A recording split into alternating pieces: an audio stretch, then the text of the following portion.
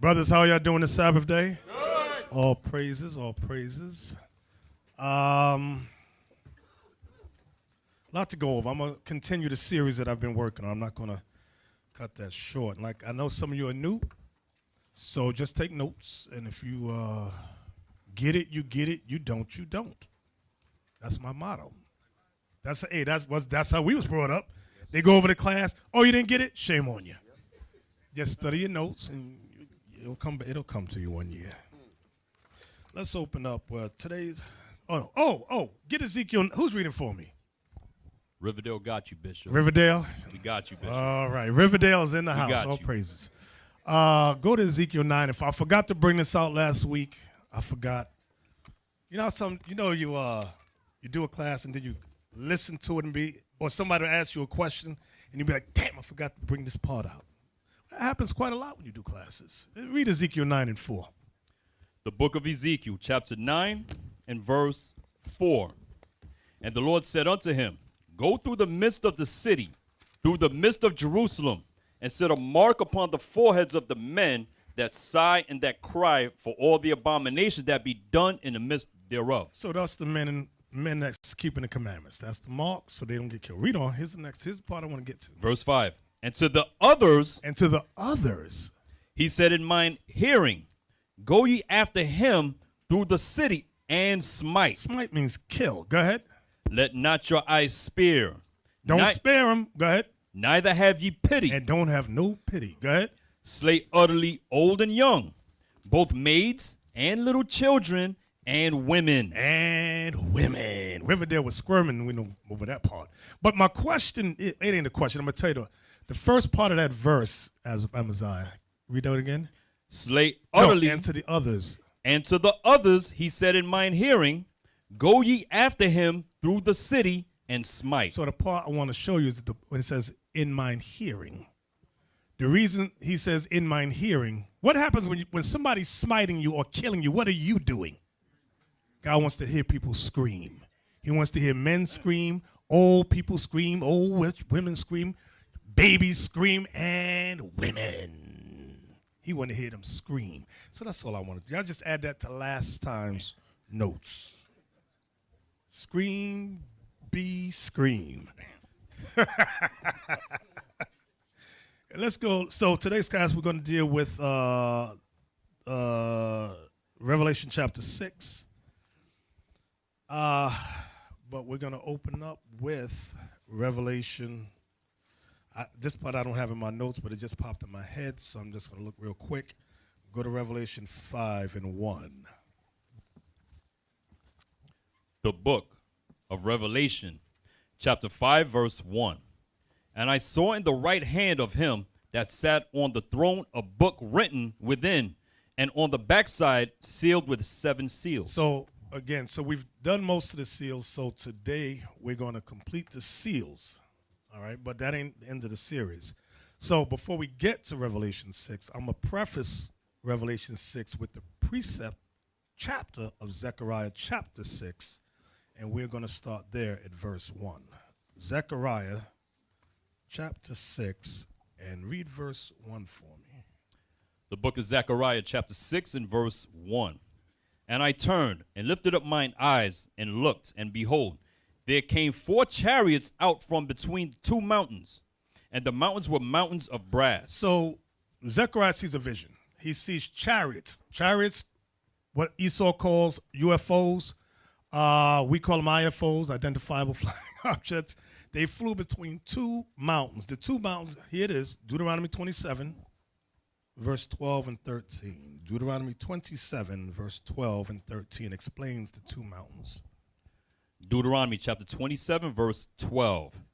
These shall stand upon Mount Gerizim to bless the people when ye are come over Jordan, Simeon and Levi, and Judah and Issachar, and Joseph and Benjamin. And these shall stand upon Mount Ebal to curse Reuben, Gad, and Asher, and Zebulun, Dan, and Naphtali. So what I want you to see, when we went in the wilderness, there were 2 huge mountains, and God he split Israel up. He said, these tribes go on this mountain to send forth the blessings, and the rest of you tribes go on the other mountain, and you bring forth the curses that we're in if you break God's commandments. So let's go back now to Zechariah 6 and 1 again. Zechariah chapter 6 and verse 1 again. And I turned and lifted up mine eyes and looked, and behold, there came 4 chariots out from between 2 mountains. And the mountains were mountains of brass. Go ahead. In the first chariot were red horses. So the first chariot, Zechariah says, sees a red. Go ahead. And in the second chariot, black horses. The second, he sees black horses. Go ahead. And in the third chariot, white horses. And in the fourth chariot, grizzled and bay horses. Write this word now, pale. Grizzled and bay goes into pale horses. Go ahead. Verse 4. Then I answered and said unto the angel that talked with me, what are these, my Lord? What are these, my Lord? Go ahead. And the angel answered and said unto me, these are the 4 spirits of the heavens, which go forth from standing before the Lord of all the earth. So write this. The 4 spirits are the first 4 seals which are opened in Revelation 6. The 4 spirits are the first 4 seals which were opened in Revelation 6. Read on. Verse 6. The black horses which are therein go forth into the north country, and the white go forth after them. Now the north country, write this down, the north country is making reference to is Babylon the Great, or North America. Give me the precept, Zechariah 2, verse 6 and 7. Zechariah chapter 2 and verse 6. Ho, ho, come forth and flee from the land of the north. So the Lord is telling Israel to flee from the land of the north. This is North America. Go ahead. This is saying the same thing that Revelation 18 and 4 says, where it says, how does it go? You know I can't quote it. It says, come out from among her, my people, with mixed reference to Babylon. So read that again. Ho, ho, come forth and flee from the land of the north, saith the Lord. Meaning flee spiritually, mentally. Go ahead. For I have spread you abroad as the 4 winds of the heaven. Because he spread us worldwide. That's the 4 winds of the heaven. Go ahead. Saith the Lord. Deliver thyself, O Zion. Now he says, deliver thyself, O Zion. Go ahead. That dwellest with the daughter of Babylon. That dwellest with the daughter of Babylon. Now somebody may say, wait a minute. The daughter, isn't that the ancient Cushites? No, it's not. Give me that Psalms 137. The last few verses. The book of Psalms. You know what I want, right? Yes, sir. All right. The book of Psalms, chapter 137 and verse 7. Remember, O Lord, the children of Edom in the day of Jerusalem, who said, raise it, even to the foundation thereof. O daughter of Babylon. See what it's calling Edom? The daughter of Babylon. This is the so-called white man. Go ahead. Who art to be destroyed. Happy shall he be that rewardeth thee as thou hast rewarded us. So when we go back to Zechariah 2, verse 7 again. Verse 6 and 7. Read it again. Zechariah 2, verse 6. Ho, ho, come forth and flee from the land of the north. The land of the north. That's what you want to highlight. Land of the north. North America. Go ahead. Saith the Lord. For I have spread you abroad as the 4 winds of the heaven. Saith the Lord. Deliver thyself, O Zion, that dwellest with the daughter of Babylon. That Zion right there is mainly, listen good, that Zion is mainly Judah. We're going to get into, we went over that last week. I believe we touched on it. All right. So from there, let's go back to Zechariah 6. And verse 6 again. Zechariah chapter 6 and verse 6. The black horses which are therein go forth into the north country, and the white go forth after them, and the grizzled go forth toward the south country. That's going into South America. Go ahead. And the bay went forth. I'm going to give you the precepts on that in a few minutes. Go ahead.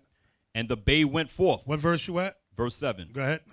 And the bay went forth, and sought to go that they might walk to and fro through the earth.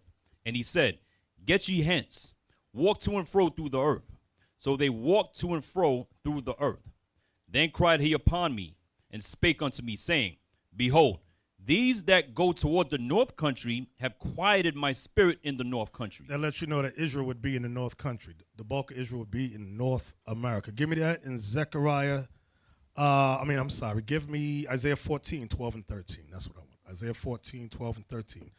What does it mean? He quieted our spirit on this side. Quieted our spirit. They that went towards the north country has quieted my spirit. And that means shut us up. Read that. Isaiah 14, all I want is verse 12 and 13. Yes, sir. Isaiah chapter 14, verse 12. How art thou fallen from heaven, O Lucifer? That's right. Lucifer is the so-called white man. I know you've been taught that Lucifer is the spiritual demon, but Lucifer here is talking about the so-called white man. Go ahead. How art thou fallen from heaven? Now, you know what? People get stupid about that. They go, see, he was up in the sky with God. Let me show you something. Give me Lamentations 2. I think that's it. I'm shooting from the hip. Verse 1 and 2 about the Israelites. They explain this fall from heaven. Lamentations chapter 2, verse 1. How have the Lord covered the daughter of Zion with a cloud in his anger, and cast down from heaven unto the earth the beauty of Israel? So he cast the Israelites down from heaven. Does that mean we was flying in the sky? No, it does not.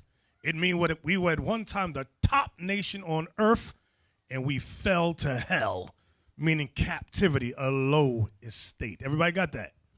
So let's go back talking about the white man, your friendly neighborhood white man. Isaiah chapter 14, verse 12. How art thou fallen from heaven, O Lucifer? So it's in the same context. Lucifer is going to fall from heaven. Remember Revelation 17? Babylon is fallen, is fallen. Y'all remember that? It's talking about the same thing. See, you got another precept there. Read on, Cap. Son of the morning. Son of the morning meaning what? You ever see the Statue of Liberty? Because Lucifer means light bearer, and she's in the midst of the bay. She's holding up a torch, meaning she's a light bearer for the world. You want knowledge, you want wisdom, you want anything, you come here. That's what America's message is. Read that again. How art thou fallen from heaven, O Lucifer, son of the morning? How art thou cut down to the ground, which didst weaken the nations? Which didst weaken the nations. Come on. For thou hast said in thine heart. Now this is what Lucifer, the so-called white man, says. Babylon, go ahead. I will ascend into heaven. So Lucifer, which is Babylon, when you read up to verse 4, it says, I will ascend into heaven. Meaning they will concoct a way to get up in the atmosphere. Concoct and create a way to get up to space. Go ahead. I will exalt my throne above the stars of God. 1969. They did first moon landing. You know, people get stupid. They go, oh, they never went to the moon. It's impossible. Do you realize, my jailhouse Negroes, you realize, my brother, that there is something around the Earth's atmosphere that prevents you from passing it? Nothing can ever. So I'm looking at the dude. I said, did the white man create airplanes? Yeah. So I said, so you mean this other part in the Bible about space is fake? He goes, yeah. So you stupid as hell. Go sit your black behind down somewhere. Why Trump creating a space force now? Because you can't go up there? You make no daggone sense. People are stupid. Stop listening to black people. Go ahead. I will sit also upon the mount of the congregation. That's what I wanted right there. Go ahead, read that part again. I will sit also upon the mount of the congregation in the sides of the north. Meaning North America. So what did he do when he sit upon us? He conquered us in North America. That goes, remember we just read in Zechariah 6? They have quieted my spirit in the land of the north, meaning they conquered us. That's what that's going with. Let's go back. Zechariah chapter 6, verse 8 now.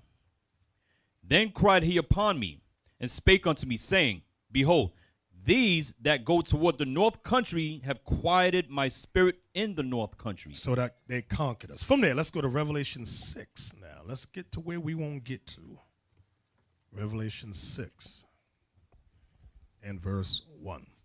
The book of Revelation chapter 6. Actually, go back to 5 and 1, then we get to 6 and 1. Revelation chapter 5 and verse 1.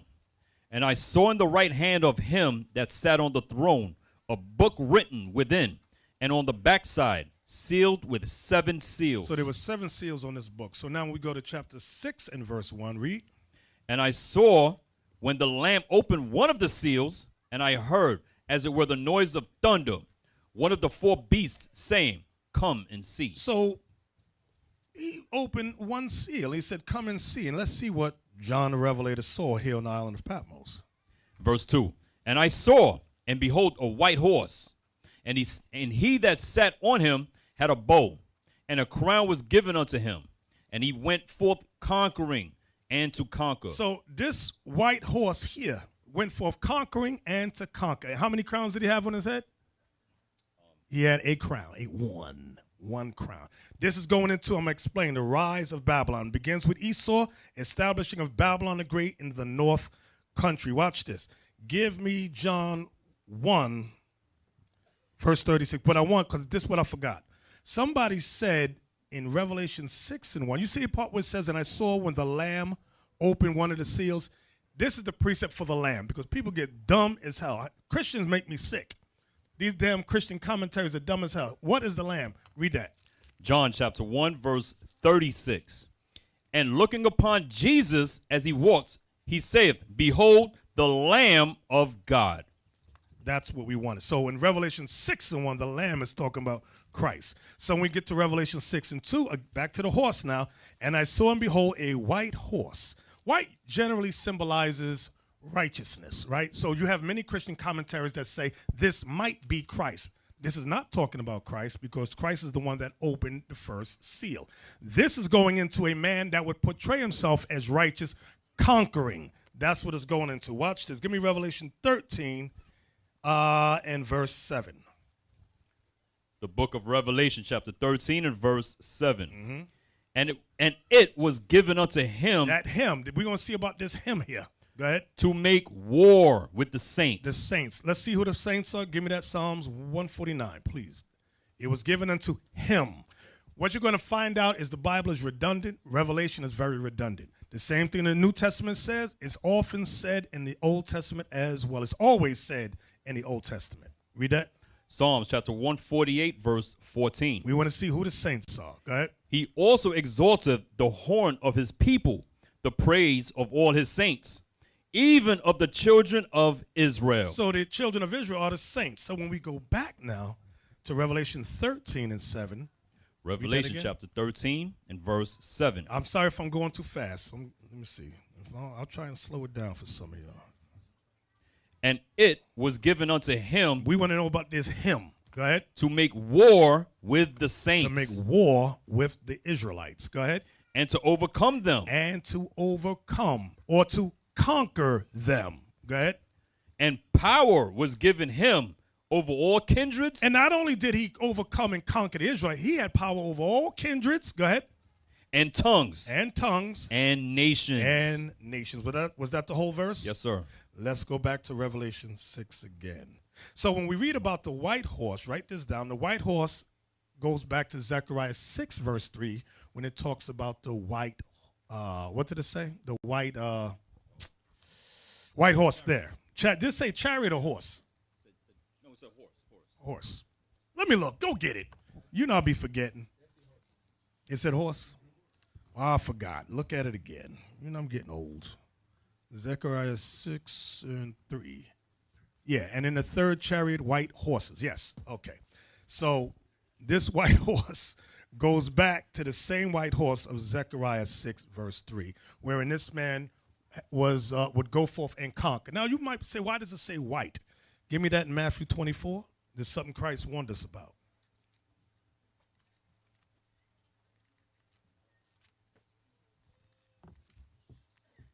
So they were, remember what Zechariah said? Remember it said they went forth into the land of the north. All right? Where we at? What did I say? Go Matthew 24. Matthew 24. You didn't give me a verse yet. 4 and 5. Matthew chapter 24 and verse 4. And Jesus answered and said unto them, Take heed that no man deceive you.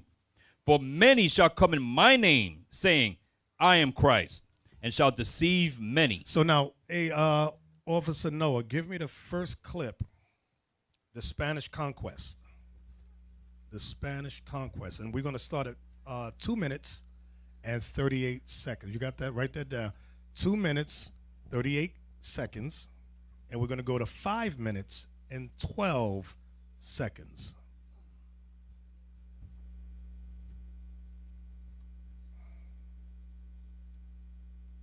$2:38. You can start there. It's fine. And we're going to go to 5:12. The New World was called America by Amerigo Vespucci. Vespucci was another explorer who traveled along the coast of South America. He was the first one to understand he was not in Asia, but in a new land. He named it after himself, and so it became the America. So remember I was talking about, it talked about in the South Country, because remember when they started their thing, they were going through the South Country first, conquering the Incas, followed by the Mayans and Aztecs, and they were working their way up to the North Country. We're going to 512. Oh, Yes. and it also, this clip also lets you know America was named after Amerigo Vespucci, Psalms 49:11. Go ahead.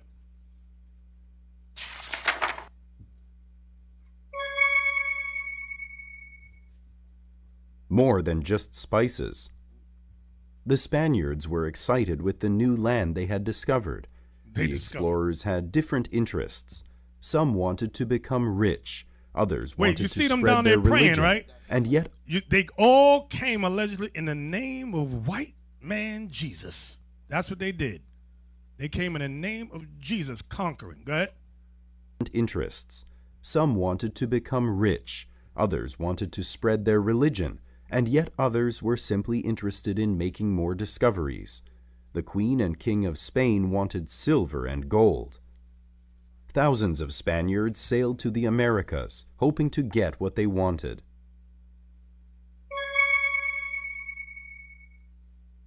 Explorers and conquerors. The Spanish explorers wanted to go as far as possible and find new lands. Nothing stopped them. They soon explored the Americas from Florida to Argentina. Conquistadors like Hernán Cortés and Francisco Pizarro didn't want to explore. The word they wanted conquistador to is conquer Spanish the for land conquerors. and own it. They wanted money and gold for themselves and their king. They fought until they won.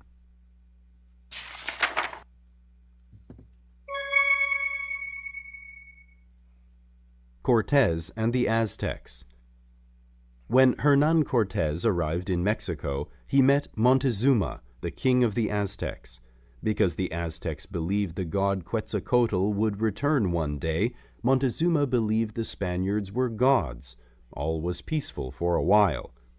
Later, other Spaniards arrived who wanted to replace Cortés. At the same time, some natives rebelled. A war began and Montezuma died. Many Aztec people died from smallpox, a disease the conquistadors introduced. Those remaining fought against Cortés. Even though Cortés only had 600 soldiers, he defeated the Aztecs. Cortés began a new government in the name of Spain. 100 years after the conquest, the Aztec population had decreased from 25 million to 1 million. Damn.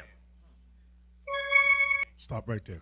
Give me Habakkuk chapter 1. So this white horse where he had a crown on, went forward, and he had a bow, conquering and to conquer. Give me Habakkuk 1. Let's start at verse 6. Habakkuk chapter 1, because the prophet Habakkuk spoke about this very same thing.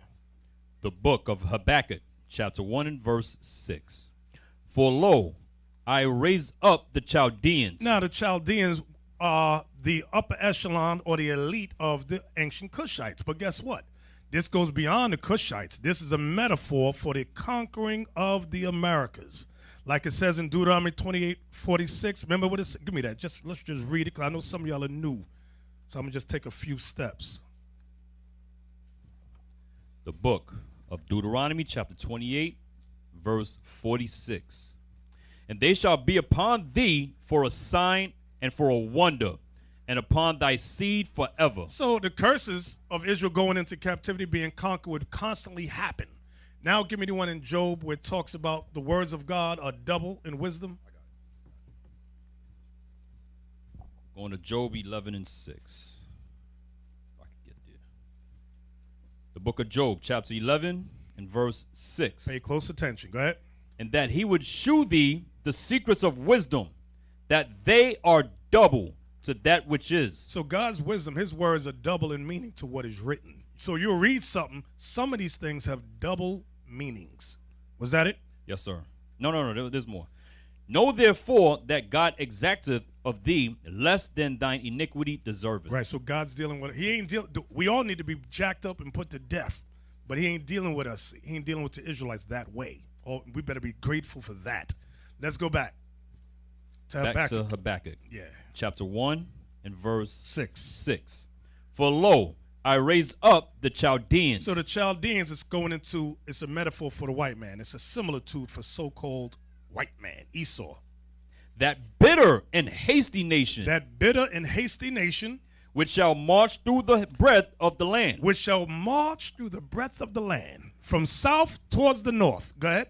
to possess the dwelling places that are not theirs. Didn't the conquistadors do that? Yes, they did. You better believe they did this thing. Go ahead. They are That's why Esau's called the daughter of Babylon. Go ahead. They are terrible and dreadful. Their judgment and their dignity shall proceed of themselves. Their horses That also, goes like another scripture says, the pride of their heart has deceived them. Go ahead. their horses also are swifter than the leopards, And yes, they came with horses. Go ahead. And they were swift. Go ahead. and are more fierce than the evening wolves. And their horsemen shall spread themselves, and their horsemen shall come from far. Meaning Spain. Go ahead. They shall fly as the eagle that hasteth to eat. Is letting you know their symbol. Their symbol of Spain was the eagle. Go ahead. They shall come all for violence. They didn't come for spices. God says they came for violence, to conquer the 12 tribes of Israel. That was their mission. That was their goal. And they were very successful. Go ahead. They shall come all for violence. Their faces shall sup up as the east wind. Right, because they came from the east. Go ahead. And they shall gather the captivity as the sand. That's what the proof. They gathered the captivity. Go ahead. And they shall scoff at the kings. They scoffed at all the kings that what they found and came across. Well, that's this in Spanish, what they call it? The caciques. They didn't give a damn about Montezuma, Atahualpa. They didn't care. They scoffed at them. Go ahead. And the princes shall be a scorn unto them. They shall deride every stronghold. Whatever stronghold we had, like when you look amongst the Incas and the Mayans, they had many strongholds. They tore into them things. Remember when they came, these guys came with armor. Esau came with armor. They thought these dudes was invincible. Who was that guy that said, let's drown one of them and see if he's a god? You remember his name? Everybody, you remember his name? One, I believe it was in Puerto Rico. What is his name? I can't hear you. Atwe. He said, let's see if this guy, if they are gods. Let's drown them with all their armor on. They held him underwater. They said, he might get up. I don't know. Let's just hold him down a little bit. Let's see. He's storming. Just keep on holding. They said, if he get up, he going to kill us. He's a god. I want to test. Then the last bubble came up, and you ain't seen no more bubbles. They said, he's not a god. They're not gods. They went crazy going after Esau. But even then, Satan was rolling with Esau. Satan said, don't worry, I got this. Damn. Go ahead. They shall deride every stronghold, for they shall heap dust. They shall heap dust, confusion, and take it. And take it. Then shall his mind change, and he shall pass over and offend, imputing this his power unto his God. His God, who was the God he came with? Anybody know? Caesar Borgias as Jesus Christ. He said, we gonna credit our God. The white man is God. Put his face up so y'all know what I'm talking about. I know some people right now, be careful of Latinos now. Just hurry up, just do a quick flash. Yeah. Look, see, it has already begun. They're doing the sign of the cross. Imputing this his power unto their God. This is what they did. They gave credit to their God. This is not the God of our people. Look at Abiel over there doing the sign of the cross. Security! All right, get it off the screen. Hurry up, get it off. So when it says, then shall his mind change, because that's when read that part again. Verse 11. Then shall his mind change. After he done rape, rob, pillage, destroyed, he said, come to Jesus. Jesus loves you. This I know, for the Bible tells me so. Little man, y'all know that song. I know the women know that damn song. See that? Read that again. Verse 11. Then shall his mind change, and he shall pass over and offend, imputing this his power unto his God. What verse was that? That was verse 11. So Let's go back to Revelation 6, please. And verse 2. So we understand why we went to all these various precepts to explain verse 2. Revelation chapter 6 and verse 2. And I saw, and behold, a white horse, and he that sat on him had a bow, and a crown was given unto him, and he went forth conquering and to conquer. Read. And when he had opened the second seal, Now we're going to discuss the second seal. Again, the first 4 seals is going into the rise of Esau in establishing Babylon. Go ahead. I heard the second beast say, Come and see. Come and see. Go ahead. And there went out another horse that was red, and the power was given to him that sat thereon to take peace from the earth, and that they should kill one another. And there was given unto him a great sword. So this red horse, which go back to Zechariah 6 and 2. Zechariah 6 and 2, please.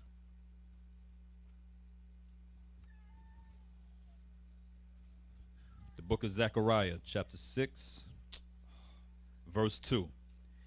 In the first chariot were red horses, and in the second chariot, black horses. So we're dealing with the red ones now. So we go back now to Revelation 6, verse 3 and 4.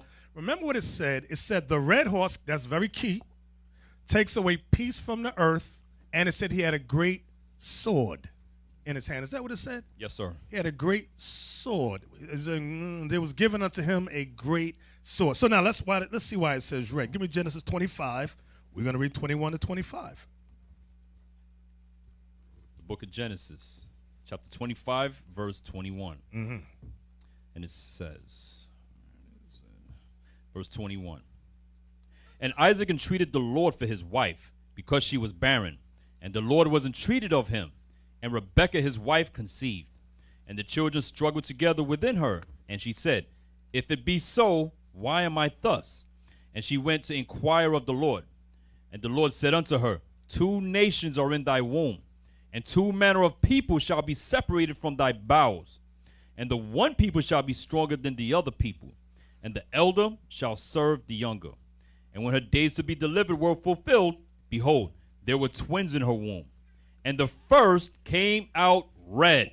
The first came out red. Go ahead. All over like an hairy garment. And they called his name Esau.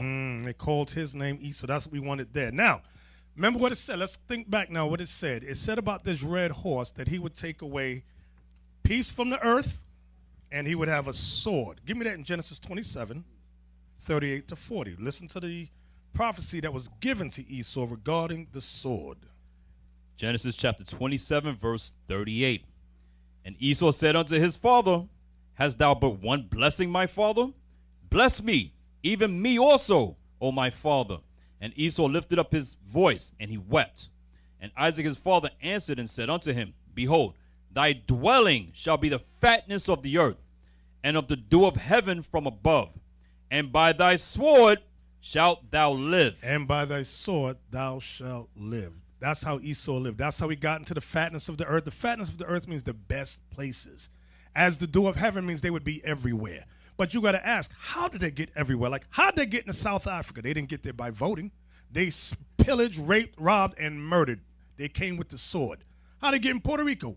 With the sword. Wherever they went, they got there by the sword. It was not voting, had nothing to do with democracy. It was all war. Give me that next precept for that. I believe it's, because I ain't getting my notes. I think it's Micah 2 and 1.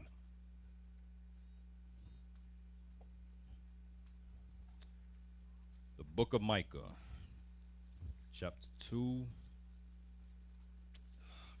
verse 1. Woe to them that devise iniquity and work evil upon their beds. When the morning is light, they practice it, because it is in the power of their hand. It was in the why? Because that was the blessing given unto them. Go ahead. And they covet fields. They covet fields. Go ahead. And take them by violence. They take them by violence. And houses, and take them away. So they oppress a man and his house. So they oppress a man and his house. Even a man and his heritage. And now give me, watch this, Psalm 55:21.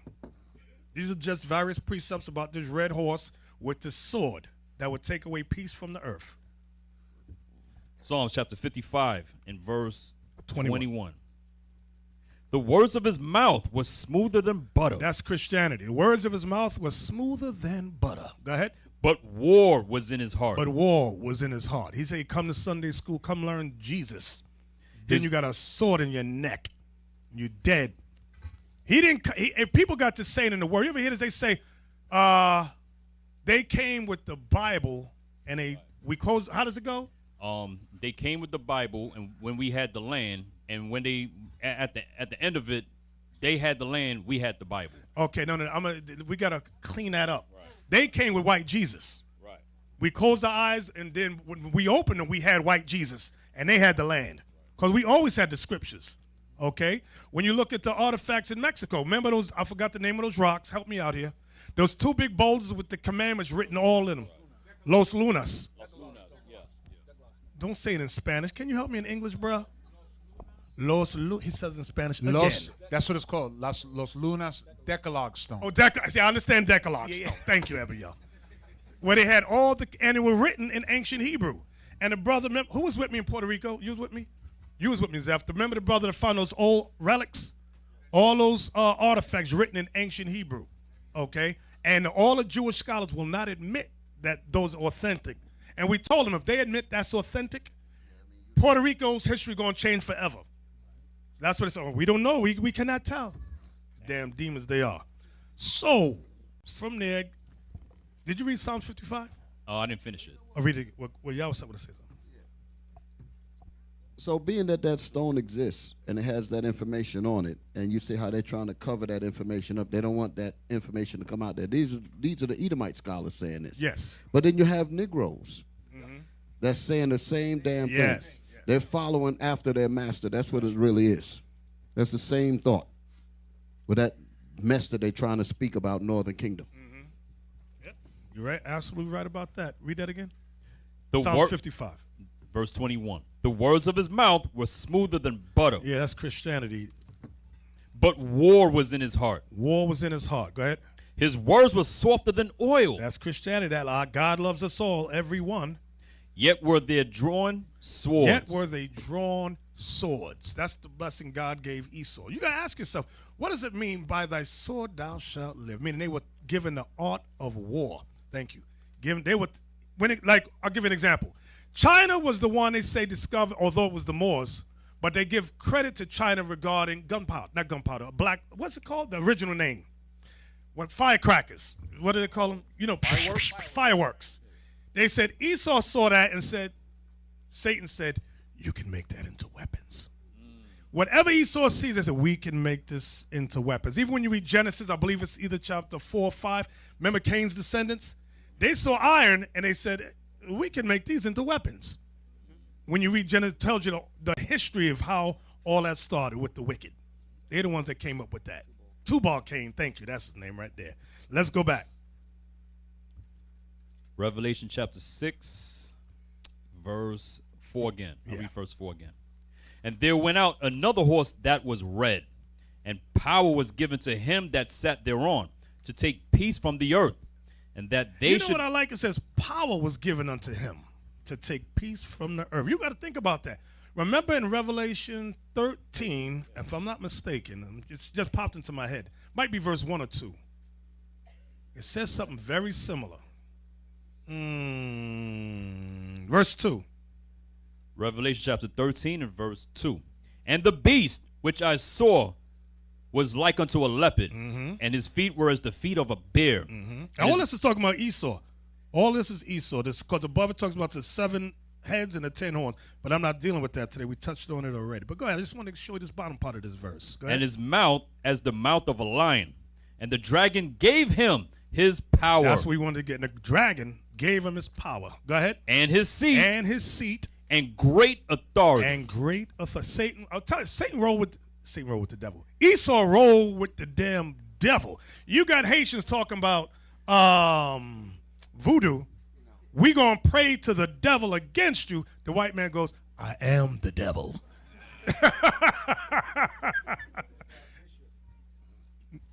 You ever notice that voodoo don't be working on Esau? He said, what the hell is this?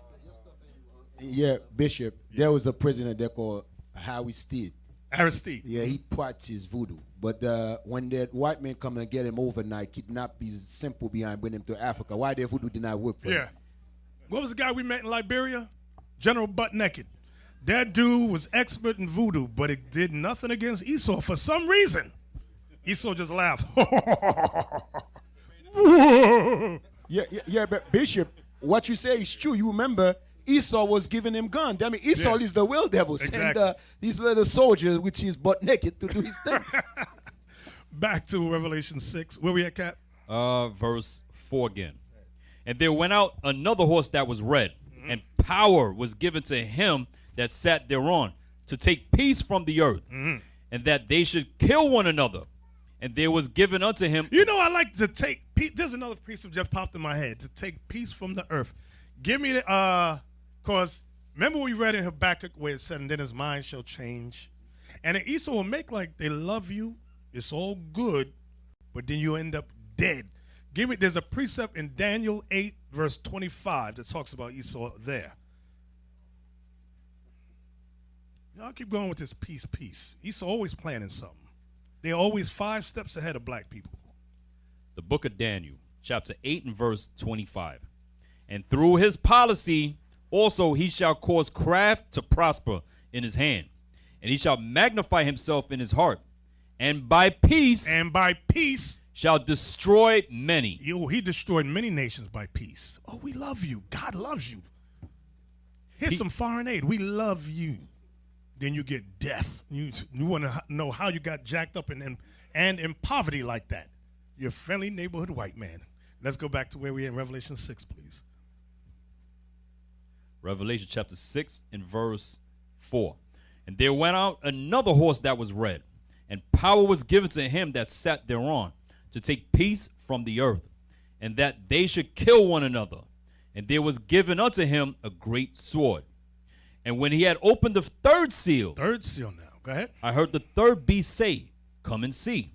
And I beheld, and lo, a black horse, and he that sat on him had a pair of balances in his hand. The pair of balances. So now this black horse goes with Zechariah 6, verse 2. We read this at the beginning of class. The book of Zechariah chapter 6 and verse 2. Uh-huh.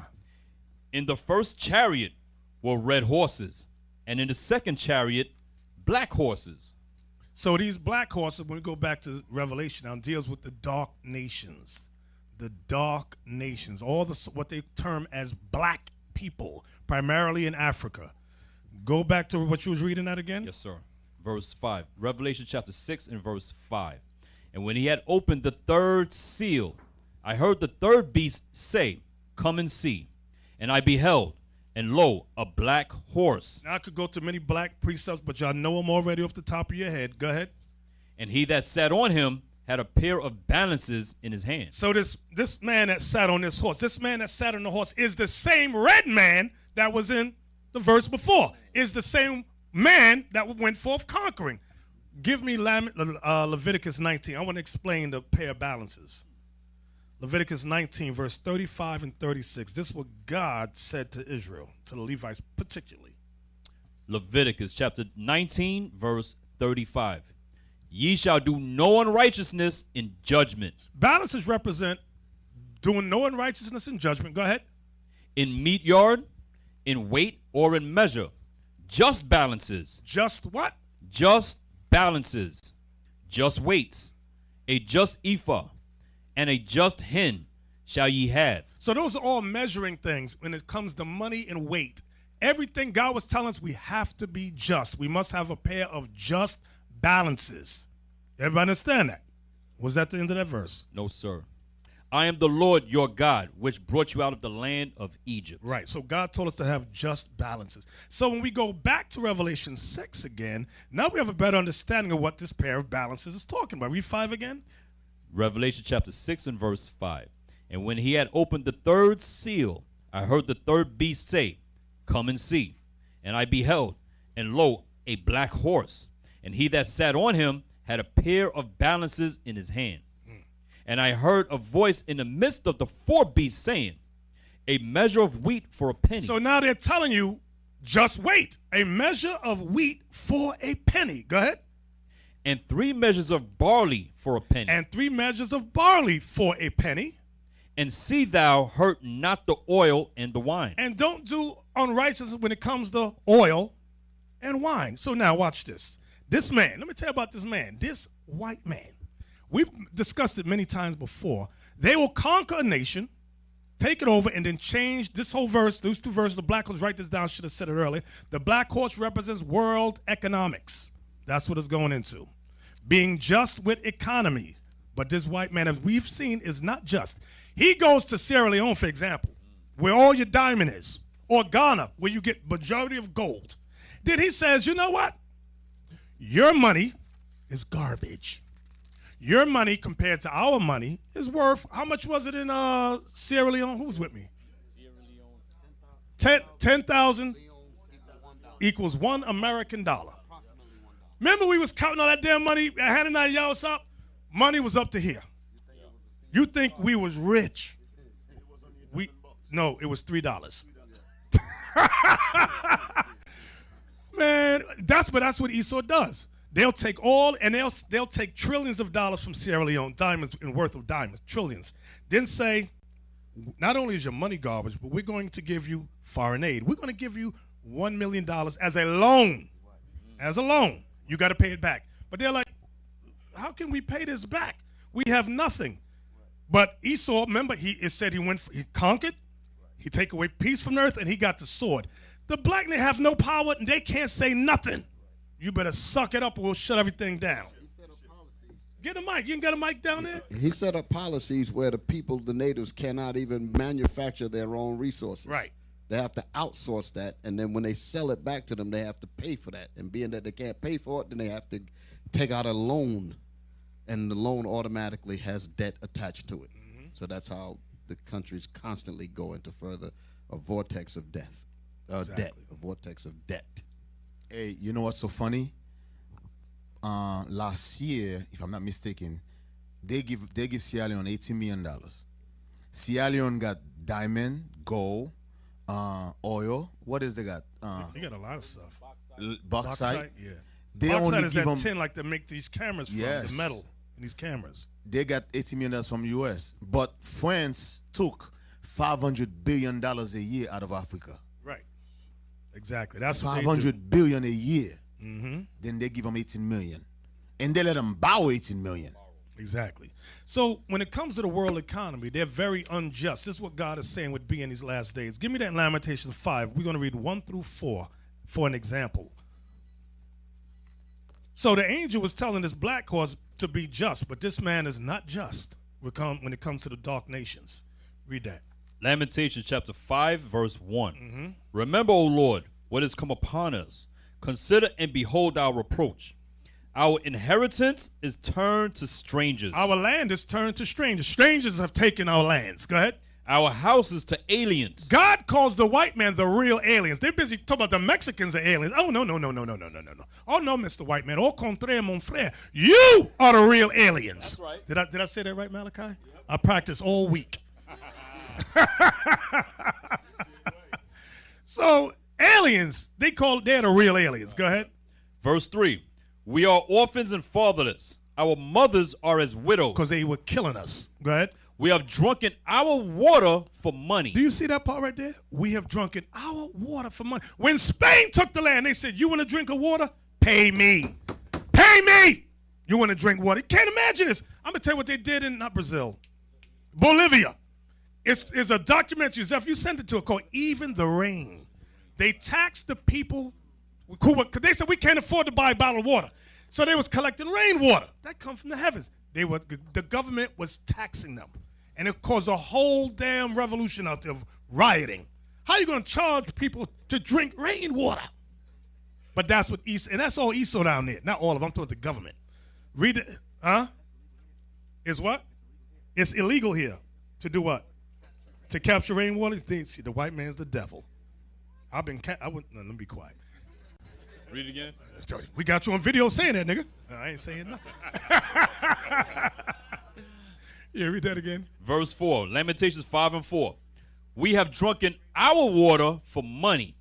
Our wood is sold unto us. Our wood is sold unto us. This is going into economics. See, we look at it during the time of the conquest and think it's nothing, but that's a trickle effect all the way up to today. Nothing has changed. It just got more and more clever, okay?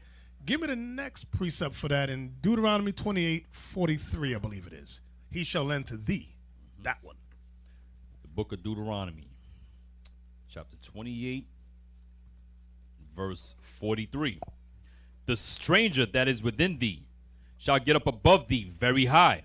Thou shalt come down very low. He shall lend to thee. He lends to us money, foreign aid. Go ahead. And thou shalt not lend to him. We can't lend to him. He shall be the head. He shall be the head nation. And thou shalt be the tail. We are the tail. Was that it? Yes, sir. All right, let's go back. Go ahead, hold on. Yeah. It said, the stranger that is within thee. Meaning that he came into your space. Right, right. Read it again. Verse 43. The stranger. First of all, he's an alien. The alien comes among us and does what? That is within thee shall get up above thee very high. So he came into our house and got above us in our house. Go ahead. And thou shalt come down very low. And thou in your own house shall come very low. What else to say after that? He shall lend. He shall lend to thee. He in your house is lending to you with your resources, with your wood, like with your water. Our water is sold unto us. Our wood is sold unto us in our house. Foreign policy guarantees this. Go ahead. And thou shalt not lend to him. And you shall not lend to him, even though it's your house, your resources, your bauxite, your gold, your diamonds. You ain't setting none of that. Exactly. Now I'm going to show you an example of that. Give me the next video called, I love this movie. If you have not seen, it's on YouTube. If you have not seen End of Poverty, I ask that you all see it. End of Poverty. Let's go to 32 minutes and 52 seconds. We're going to go to 32, 52, 32, 52, 32, 52. Go back a little bit. It might be hard, but let's try and catch it. Some of the settlers. 32, 52. I mean, does say 50? Yeah, 52. Right there. And Noah, we're going to go to 34, 25. Or we're going to look at this 2 minutes. 34, 25. I want everybody to listen good. Those challenges are still there. Some of the settlers, when they moved from this country in 1964-65 up to 1970, now they benchmarked their operations in Europe, and therefore we became the producers of raw materials, and they were now the agents for marketing and processing. Therefore, all the value addition of our crops were done away from Africa. Because like roasting of coffee, just to pick that particular crop, is done away from Kenya. He's going to talk about coffee and tea for a moment. Back it up a few seconds. He said, I'm just going to pick these two off the top, coffee and tea. Right. Right, it's raw materials in its raw form. When you pick it, go ahead. Operations in Europe, and therefore we became the producers of raw materials, and they were now the agents for marketing and processing. Therefore, all the value addition of our crops were done away from Africa. Because like roasting of coffee, just to pick that particular crop, is done away from Kenya. In fact, you are aware that Germany, which does not have a single bush of coffee, is the largest exporter of coffee. Pause that. Did y'all hear that? He said Germany does not have a blade of a bush, nothing in Germany of coffee, but they're the largest exporters of coffee. Go back. They're the devil the Bible speaks of. I can't say it enough. So let me get this straight. That's what you call They theft. went over there, they took the coffee, and they sell it back to them. Yes, and they pay them pennies on a bushel. Then when they process it, now and the coffee will be like what $5? Now, you got Starbucks, $5 a damn cup. But meanwhile, they pay the people pennies to pick that bushel. That's Bishop, where the coffee comes I think the Clintons do. Remember what the Clintons do to Haiti with that rice? Yes, right. They destroying the rice thing in Haiti. Now what Haiti have to do? Buy from them, because they always said that in a third world country, you got bread, oil, rice. Those are the things that people use every day. Those are the things that's make a country fall into deep poverty, because those are everyday things. So what this Esau did, they go to this country and destroy that. So now you have to buy it from them. Exactly. Go back a few seconds, Noah. I don't want to miss away this. from Africa. Because like roasting of coffee, just to pick that particular crop, is done away from Kenya. In fact, you are aware that Germany, which does not have a single bush of coffee, is the largest exporter of coffee. Tea is the same. The tea that you consume in Sudan, you take it first to Europe, then Lipton brings it back to Sudan and a number of other countries in Northern Africa and a number of other countries. One of the legacies of Was that it? colonialism No, keep is going. that Where I the say poor we're going? countries of the third world Go back. are No, pay attention to me. Go. What's that? That's not you. Was that Enoch? Who should I yell at? Hosea? One of y'all got to yell at. I need a name. I'll say Abiel. Abiel! All right, we're going to 34:25, but I want to get this Edomite. Listen, I want y'all to hear what he's saying. Go back to when he starts. Go ahead. To Sudan and a number of other countries in Northern Africa and a number of other countries. One of the legacies of colonialism is that the poor countries of the third world are continuing to export raw materials, and the countries of Europe and North America produce and export finished products. This stems from a practice that was developed long ago, and the intention was to make sure that the countries of the third world remain backward and remain dependent and are never. Yeah, they do that to make sure these nations can never rise up above the poverty level. And if you think about it, they said in Africa, Esau only allows 12 countries to manufacture small weapons. Only 12. The rest, they said, you're not allowed to make weapons. I'm in my own country. You're going to tell me I can't make weapons? Yes, we're going to tell you you can't make weapons. And if you do, we're going to cut you off from the world, and you're going to die in poverty. That's what Esau does. Go back to the devil. Go back. Go back to where you started again. Ain't no talk about this in my church. Your church is the devil. Sudan and a number of other countries in Northern Africa and a number of other countries. One of the legacies of colonialism is that the poor countries of the third world are continuing to export raw materials, and the countries of Europe and North America produce and export finished products. This stems from a practice that was developed long ago, and the intention was to make sure that the countries of the third world remain backward and remain dependent and are never able to develop. So to this day, they are continuing to survive on the export of raw materials. That has always been to the disadvantage of the country exporting the raw materials, and it gets worse each year. You can't make this stuff. You know, when we were in Sierra Leone, they said the literacy rate in Sierra Leone, I might be wrong with the number, I can't remember off the top, but it was something like 60% was illiterate. Imagine if you're poor and you got to constantly, your kids can't go to school. Because not only do they got to pay to go to school, they got to go out and work to bring a little bit of money to the house. So Esau, like he said, it's been from the colonial times even until today, to this day. Now give me the next clip.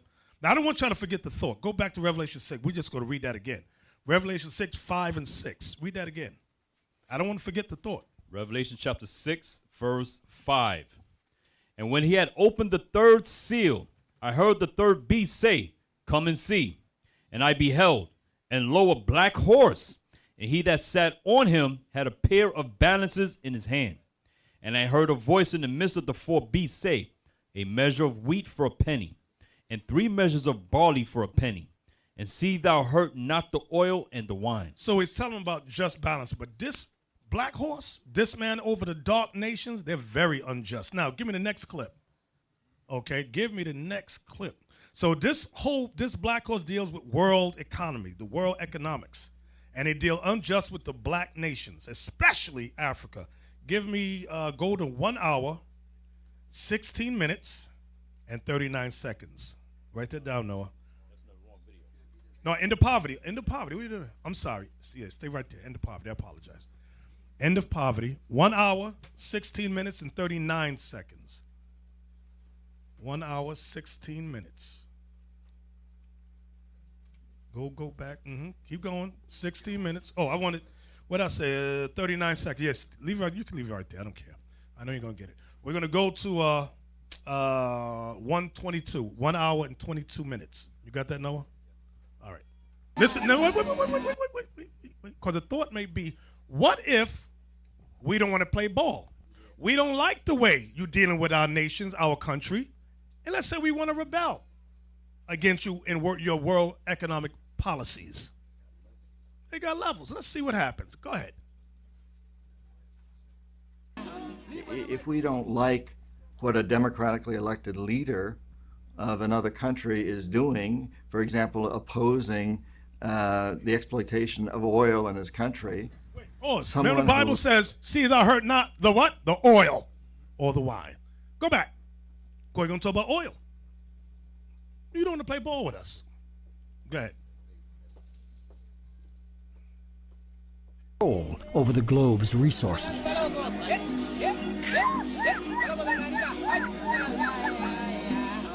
If we don't like what a democratically elected leader of another country is doing, for example, opposing the exploitation of oil in his country, someone who looks like me will walk into that president's office. I had the job at one time. Walks into the office and says, and now I just want to remind you that I can make you and your family very, very rich if you play my game, our game. Or I can see to it that you're thrown out of office or assassinated if you decide to fulfill your campaign promises. Yeah, pause right there. You got to pause. When America sets people, see, I'll be thinking America's this holy Christian, just love. No, they are the, when they laugh at black people in gangs in Puerto Rico, y'all not the real gangsters, my man. Esau's the gangster. They run the world. Go back. You got to hear what the devil says. He said, people that look like me will pay you a visit. And you go look at a little sucker white man. You little sucker white man, he's going to say, and he talk with his white voice, hey, we can make you very, very rich. And you think you whoop his behind, and maybe you can. But he says, someone like me will come pay you a visit. You might even be assassinated. Go ahead. Yeah, Bishop. I can make you. Yeah, Bishop. Willie, he's involved in that. He said he had the job at one time. Yeah, I'm telling you. He played the role, so he's telling you from experience. He did it. Go ahead. You and your family very, very rich if you play. You gotta go back. Come on, Noah. Game. You missing a whole part where he says somebody that looks like me will pay you a visit. Go ahead, right there.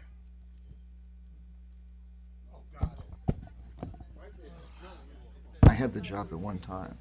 Walks into the office and says, and now I just want to remind you that I can make you and your family very, very rich. No, that's if you play my game. No, go back, Noah, to the beginning. Or I can see to it that you. Oh God, 1:16:39. Yeah, don't listen to Deacon from Atlanta. You in New York right now, man. Listen to New York. Right there, just stop. Play. Listen what the devil says. If we don't like what a democratically elected leader of another country is doing, for example, opposing the exploitation of oil in his country, someone who looks like me will walk into that president's office. I had the job at one time. Walks into the office and says, and now I just want to remind you that I can make you and your family very, very rich if you. When he say, I can make you and your family very, very rich, that went over people's head. Because what people don't realize, he's saying, because we've already messed up your ability to use your own resources. So they're going to take that away from them first and then say, we'll give it back to you and make you very, very rich if you play our game. Damn. Play my game, our game. Or I can see to it that you're thrown out of office or assassinated if you decide to fulfill your campaign promises. And usually it's said a little more subtly than that because there may be a tape recorder listening.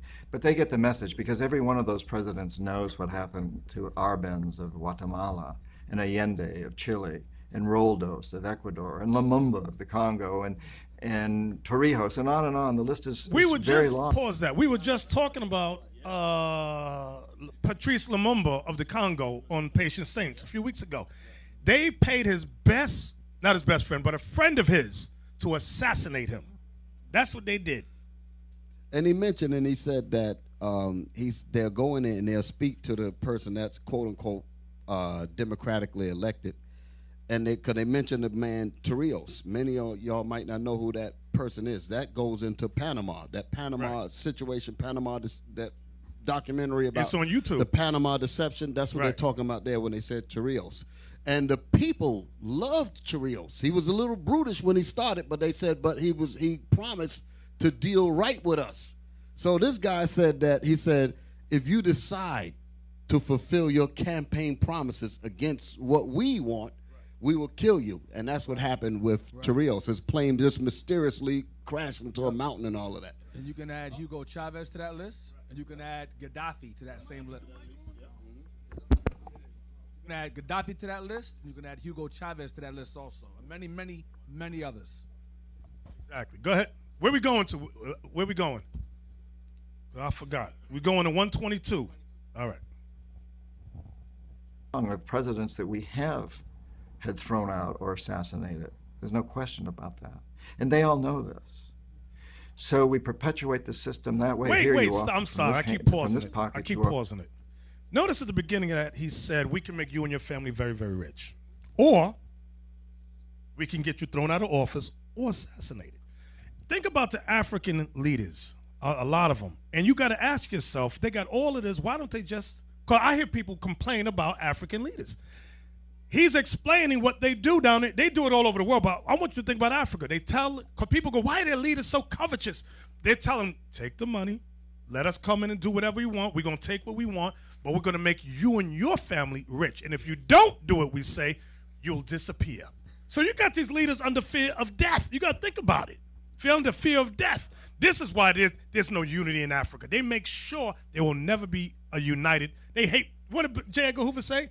The worst thing to America is black unity. They hate that thing. They say it's never going to happen. Hey, Bishop, another thing, too, that you got to cover on this is that these people, damn, I forget my thought. Go ahead, Deacon Yausap.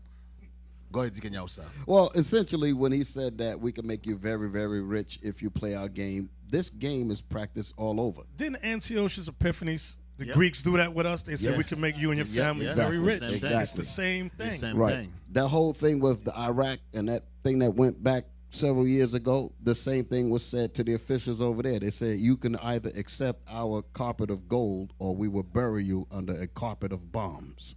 Right. Hey, Hugo Chavez, I got to talk about him for a second because you mentioned him.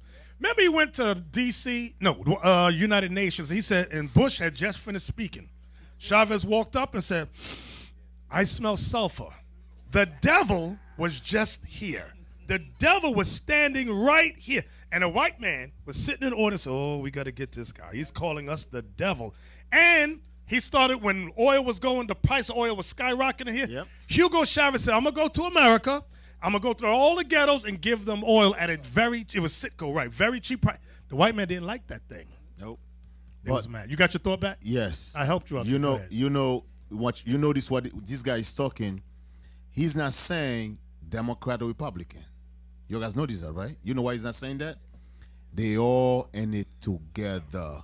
He said a democratically appointed official, meaning the people got to vote for some BS thing. That's all he talking about. So he's saying, because you notice in America, this is what they do. You got a Republican president, he says something different. And then you got a Democrat president come in, he says something different. No, they didn't say nothing different. You know what I call it? Good cop, bad cop. That's what they do. Obama was in office. Obama, the Democrat played the good cop. The Democrat always played the good cop. Now you got Trump, the devil. He playing the bad cop. He start cutting stuff off. I'm going to erase everything. Obama, listen. Obama was pushing the same thing Trump was pushing. The Constitution of the United States of America. That's what all of them got in common. When they wanted to get back into Africa, they said we need a black president whose father or family members from Kenya. Exactly. Africa's gonna love us. Yep. And that was all strategic, my man. Y'all slept on this thing. That was a chess move. This is chess, not checkers, niggas. We don't know what they're 5 steps ahead of us. Where we at? What time stamp? Okay, we're going 122. Go ahead. So we perpetuate the system that way. Here you offer from this pocket, you offer a few $100 million, corruption. Or from this pocket, you offer subversives, jackals, to go in and overthrow the government or assassinate the president.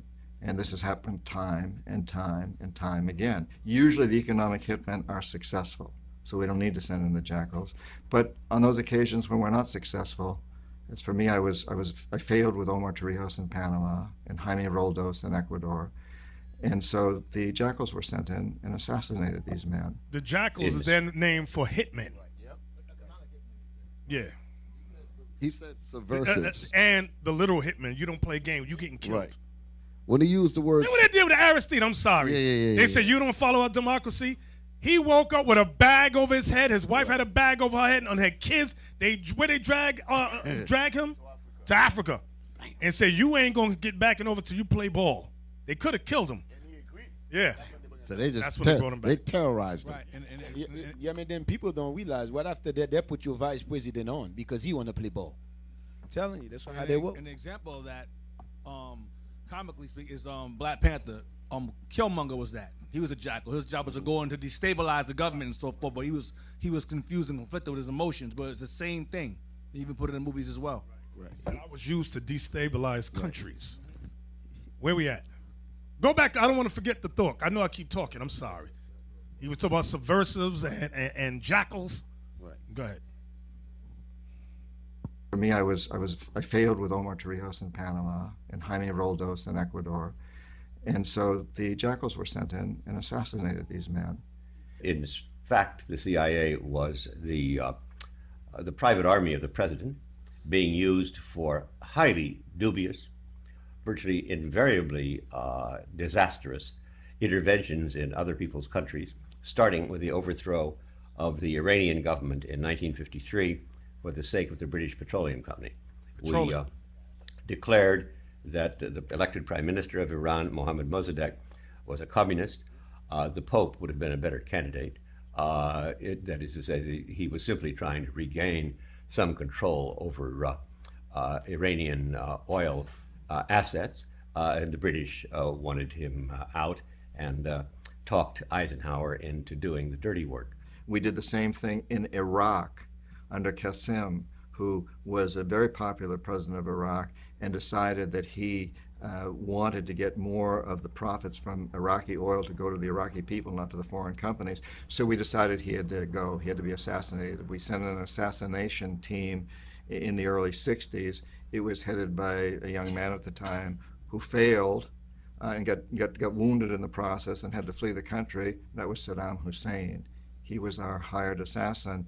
He failed, so the CIA went in directly and had Qasem publicly executed on Iraqi television. Right. Pause that. You know how many Americans say, oh, Saddam Hussein, he's evil, he's evil. Y'all don't know what the hell you're talking about.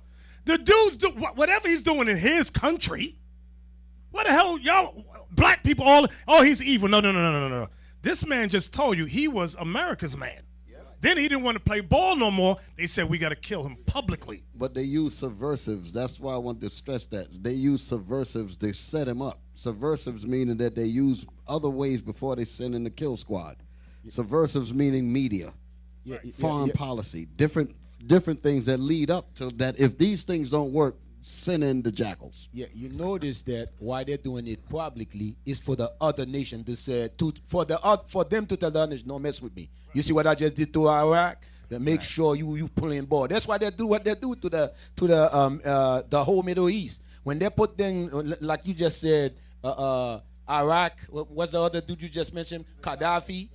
When they did things, is to tell the nation, don't mess with us.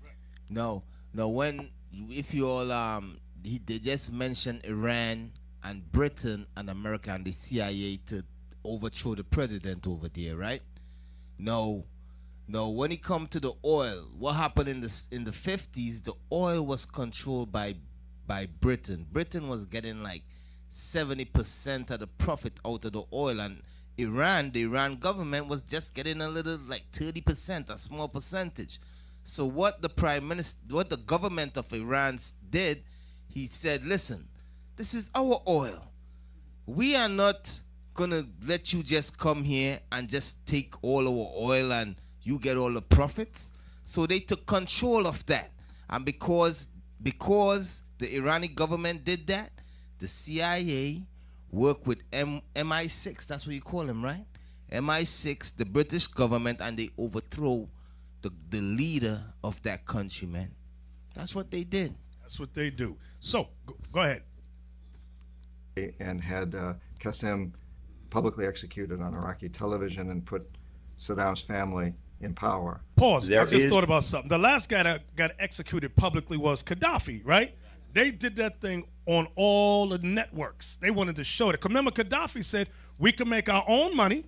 We don't need America. We don't need the EU. We could do what I said. Remember, he was given whatever oil came. He said, we can divide this money up between the people. You got married. He gave you the starting of, he gave you a house. You had a car. That for you getting married, having a family, that's what the government did. He did that for all of the people there. America was like, this is some BS. We got to stop. And all of a sudden, he became the bad guy. Gaddafi was the devil. We got to go in and kill him. They sent in subversives first. And those subversives, with all those tactics, the people went, idiots, and dragged them through the streets. Am I thinking about the same guy? Dragged them. Guess who killed him? Another black man. Obama killed him. See there? Go ahead. We were talking about gangsters, right? You said this man is the real gangster. And the purpose of doing those kinds of executions is just like Deacon Laba, I think you just said it. They do it so that could put fear on the other nations. The Negro, with his little antics and his little gangs, could do some drive-by and do daytime killing and all of that, and he think he's something. You ain't on the level, on his own people, and he's doing that. He'll do that trying to mimic this real gangster. This guy does global robbery. He do global robbery. We ain't on that level. Go ahead. We're going to 122. No question that over the years, the government has used its imperial apparatus for economic purposes, for the advantage of American firms. Perhaps the best examples are the United Fruit Company in Central America, and that is after the overthrow of the government of Guatemala in 1954 by brutal, very brutal means against a small and defenseless country. Over the years leading to civil war, police repression, at least 200,000 Guatemalan civilians have lost their lives. All of this was done because the United Fruit Company objected to some rather modest proposals for land reform. You could carry it on to the CIA's intervention against Allende in order to bring to power probably the most odious military dictator in the Cold War period, General Pinochet. Here the interests were primarily of IT&T Company. They participated closely, the International Telephone and Telegraph, participated closely with the CIA in financing and funding and plotting the coup against Salvador Allende. Also equally in Chile, the mining interests of the big copper firms. One of the things that American imperial power hold has on long to been that for a second. Yeah, that's the same thing going in Haiti right now. Yeah, that because the former leadership, now the new one who's coming in, you have the Arab that was making like 10 million a day with a phone company, electric. So the new guy comes in. No, we got to eat off that. The people is in poverty. You know what they do? They're paying robbers to destroy the country, paying millions after millions, man. It's the same thing. These people, man, they're like gangster and devils. I'm telling you straight, man. Green eyes and blue eyes, devils. We only got a few more minutes on that. Go ahead. Used in Latin America in order to protect the interest of extractive industries in very poor countries such as Bolivia, places of that sort. On the very few instances when neither the economic hitmen nor the jackals are successful, then and only then do we send in the military. And this is what happened in Iraq. You know, the economic hitmen were unable to bring Saddam Hussein around. The jackals were unable to take him out. He had very loyal guards and he had look-alike doubles, so it was difficult to take him out. And so we sent in the military. Iraq represents an instance of what I've... From there, just because I made a mention, thank you, Officer Benaya in Chicago. He sent me this thing. I just want to show you about Gaddafi. Because a lot of people here, now he got killed under Obama. Was it under Obama? Everybody, a lot of black people was going against Gaddafi. I want y'all to see what Gaddafi was doing. Because he was trying to unite the continent of Africa and create his own currency to benefit black people. But y'all be listening to white man's media so much. Watch this. Yeah, blow it up big. This is 10 things about Gaddafi they don't want you to know. Now, of course, we're not in agreement with his religion in case somebody be stupid. He was Muslim. That ain't the point. The hell is this? The point is they said he was like evil. He hated his people. He was killing his own people. All that was a lie. That's what they did, right? Go up. Can you read quick, Amaziah? Yes, sir. No, go. I don't want you to read that. I want to get to some point. Wait. Start from right there. For 41 years. For 41 years until his demise in October 2011, Muammar Gaddafi did some truly amazing things for his country and repeatedly tried to unite and empower the whole of Africa. You see that? Ain't nobody talking about that. Go ahead. So despite what you've heard on the radio, seen in the media, or on the TV, Gaddafi did some powerful things that are not characteristic of a vicious dictator as portrayed by the Western media. Here are 10 things Gaddafi did for Libya that you may not know about. Number 1, in Libya, a home is considered a natural human right. In Gaddafi's Green Book, it states, the house is a basic need of both the individual and the family. Therefore, it should not be owned by others. Unlike, in America, they own the land. Your house, you got the house, property tax. Go ahead. Gaddafi's Green Book is the former leader's political philosophy. It was first published in 1975 and was intended reading for all Libyans, even being included in the national curriculum. So you got married, he got you not an apartment, a house. Go ahead. Number 2, education and medical treatment were all free. Wow! You know how much we be paying in Medicaid, medical stuff? You need insurance. What the hell is this? Go ahead. Under Gaddafi, Libya could boast one of the best healthcare services in the Middle East and Africa. Also, if a Libyan citizen could not access the desired educational course or correct medical treatment in Libya, they were funded to go abroad. Check that out. Yeah, go ahead. Number 3, Gaddafi carried out the world's largest irrigation project. The largest irrigation system in the world, also known as the Great Man-Made River, was designed to make water readily available to all Libyans across the entire country. So you ain't got to pay for it? No, you wouldn't have to pay for it. And he was so evil. This is so evil. Go ahead. It was funded by the Gaddafi government, and it said that Gaddafi himself called it the 8th wonder of the world. Check that out. Go ahead. Keep going. Number 4, it was free to start a farming business. If any Libyan wanted to start a farm, they were given a house, farmland, and livestock and seeds, all free of charge. Oh, he's so evil. What kind? The guy is just so evil. Go ahead. Number 5, a bursary was given to mothers with newborn babies. When a Libyan woman gave birth, she was given $5,000 for herself and the child. That's evil. What an evil dictator he is. Go ahead. Electricity was free. Electricity was free in Libya, meaning absolutely no electric bill.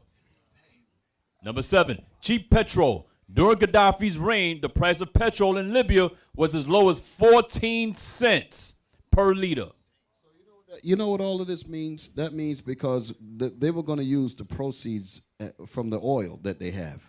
That's what they were doing. That's right. But the point behind this, it shows you that Gaddafi's mentality was not about using the oil for himself. He was concerned for his people. Right. And that was the point. And they said we don't want that message out here going to nobody else. Thank you. What's the word? Subversive? Subversives was saying, oh, he's evil. He's taking all the money for himself. The people are starving. Look what he's doing to the people. In America, black people are over here. Even the people in Panama, they were saying the same thing. They said that when Noriega, right. 42 cents a gallon, you said? Yeah. Okay. They were saying they were eating their 3 meals a day before the so-called democracy came over. He said, now they ain't eating one. Hey, Bishop, it's not the same thing the blood in Venezuela was doing also. Chavez, he was doing exactly the same thing. So when Chavez was, now you see how the poor in Venezuela is digging into trash can for food. When Chavez was president, they got everything. That's why they love Chavez. Imagine they sent the jackals after Chavez because mysteriously he had a brain aneurysm and died. Yeah, that makes no sense. The dude was healthy. All of a sudden, oh, he's dead now. And then a new guy came in and the economy went whoop down the drain. Now they're eating out of Because garbage he didn't want to cans. play. He don't want to play ball with them. Right. Exactly. Go ahead, Amazon. Number 8. Gaddafi raised the level of education. Before Gaddafi, only 25% of Libyans were literate. This figure was brought up to 87%, with 25% earning university degrees. Number 9. You know who tried to do that part right there? Ghana. What's his name? In the 60s. Kwame Nkrumah? Yes, Kwame Nkrumah. He tried to do that thing. They shut him down too, moved him to, sent him out. Go ahead. Number 9. Libya had its own state bank. Libya had its own state bank, which provided loans to citizens at 0% interest by law, and they had no external debt. Now, you might ask, well, what's so important about that? You know, most of Africa, they have to send money to France's central bank. They got to send a large portion of money to France's central bank. Go ahead. Number 10, the gold dinar. Before the fall of Tripoli and his untimely demise, Gaddafi was trying to introduce a single African currency linked to gold, following in the footsteps of the late great pioneer Marcus Garvey, who first coined the term United States of Africa. Gaddafi wanted to introduce an only trade in the African gold dinar, a move which would have thrown the world economy into chaos. Right, because you don't need Esau no more. You said, what the hell is that? Esau would have been mad as, he was mad as hell when he brought this up. Go ahead. The dinar was widely opposed by the elite of today's society, and who could blame them? African nations would have finally had the power to bring itself out of debt and poverty and only trade in this precious commodity. They would have been able to finally say no to external exploitation and charge whatever they felt suitable for precious resources. It has been said that the gold dinar was the real reason for the NATO-led rebellion in a bid to oust the outspoken leader. Right. You got to think about, it makes me think about the video when they dragged Gaddafi through the street. Bloody, beat the hell out of him and killed that man. Man, I couldn't believe what I was looking at. And Hillary Clinton was cheering. We got rid of that dictator. And then on the street, yeah, Gaddafi was evil. He was, shut the hell up. You know, when you read about that man legacy right there, I mean, now what you was talking about, how they did him in the street, that's some evil thing right there, man. Then he played the example for the African nation to say you cannot do it. If I can do it, your guys can do it. America despised that thing, man. Right. Let's go back now.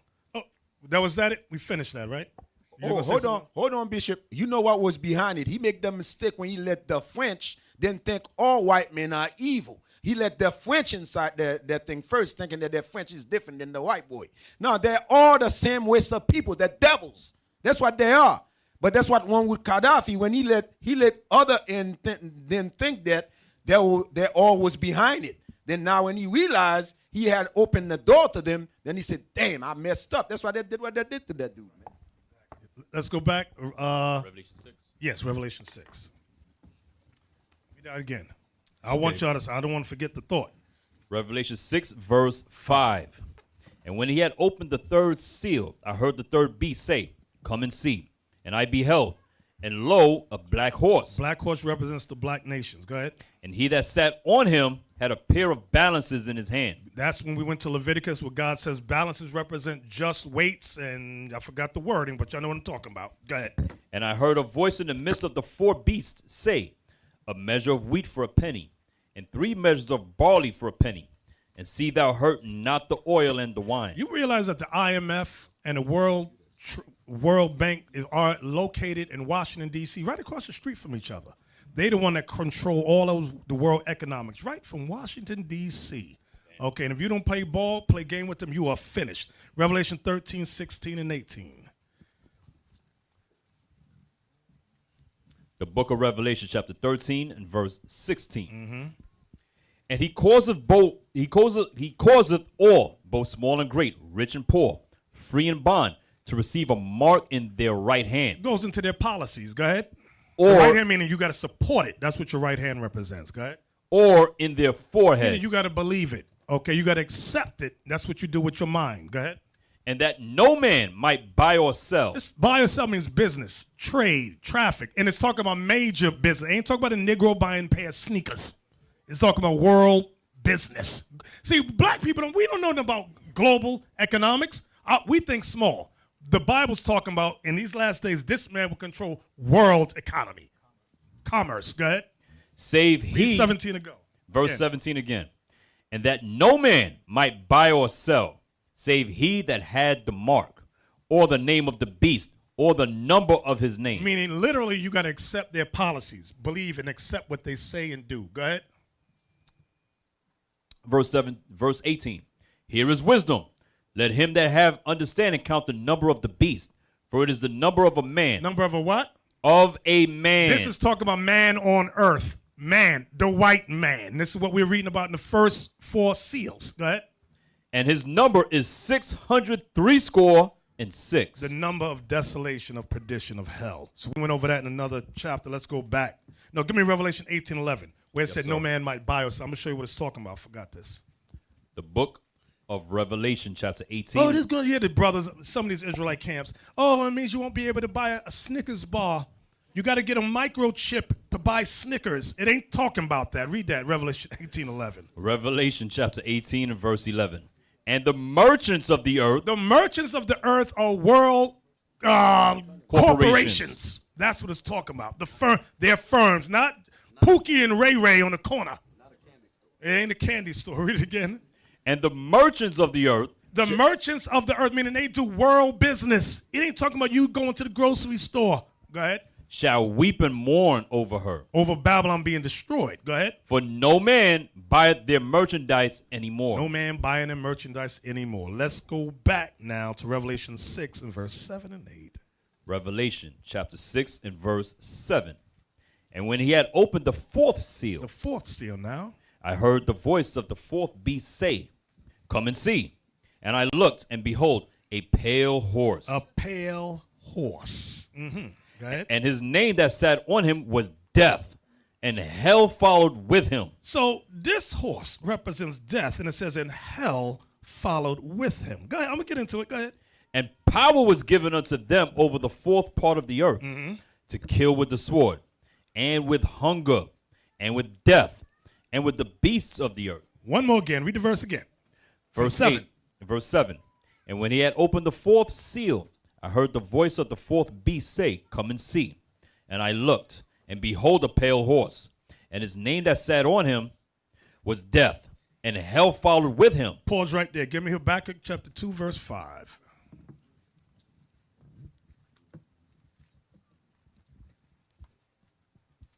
The book of Habakkuk, chapter 2, and verse 5. Wait, I want to follow along.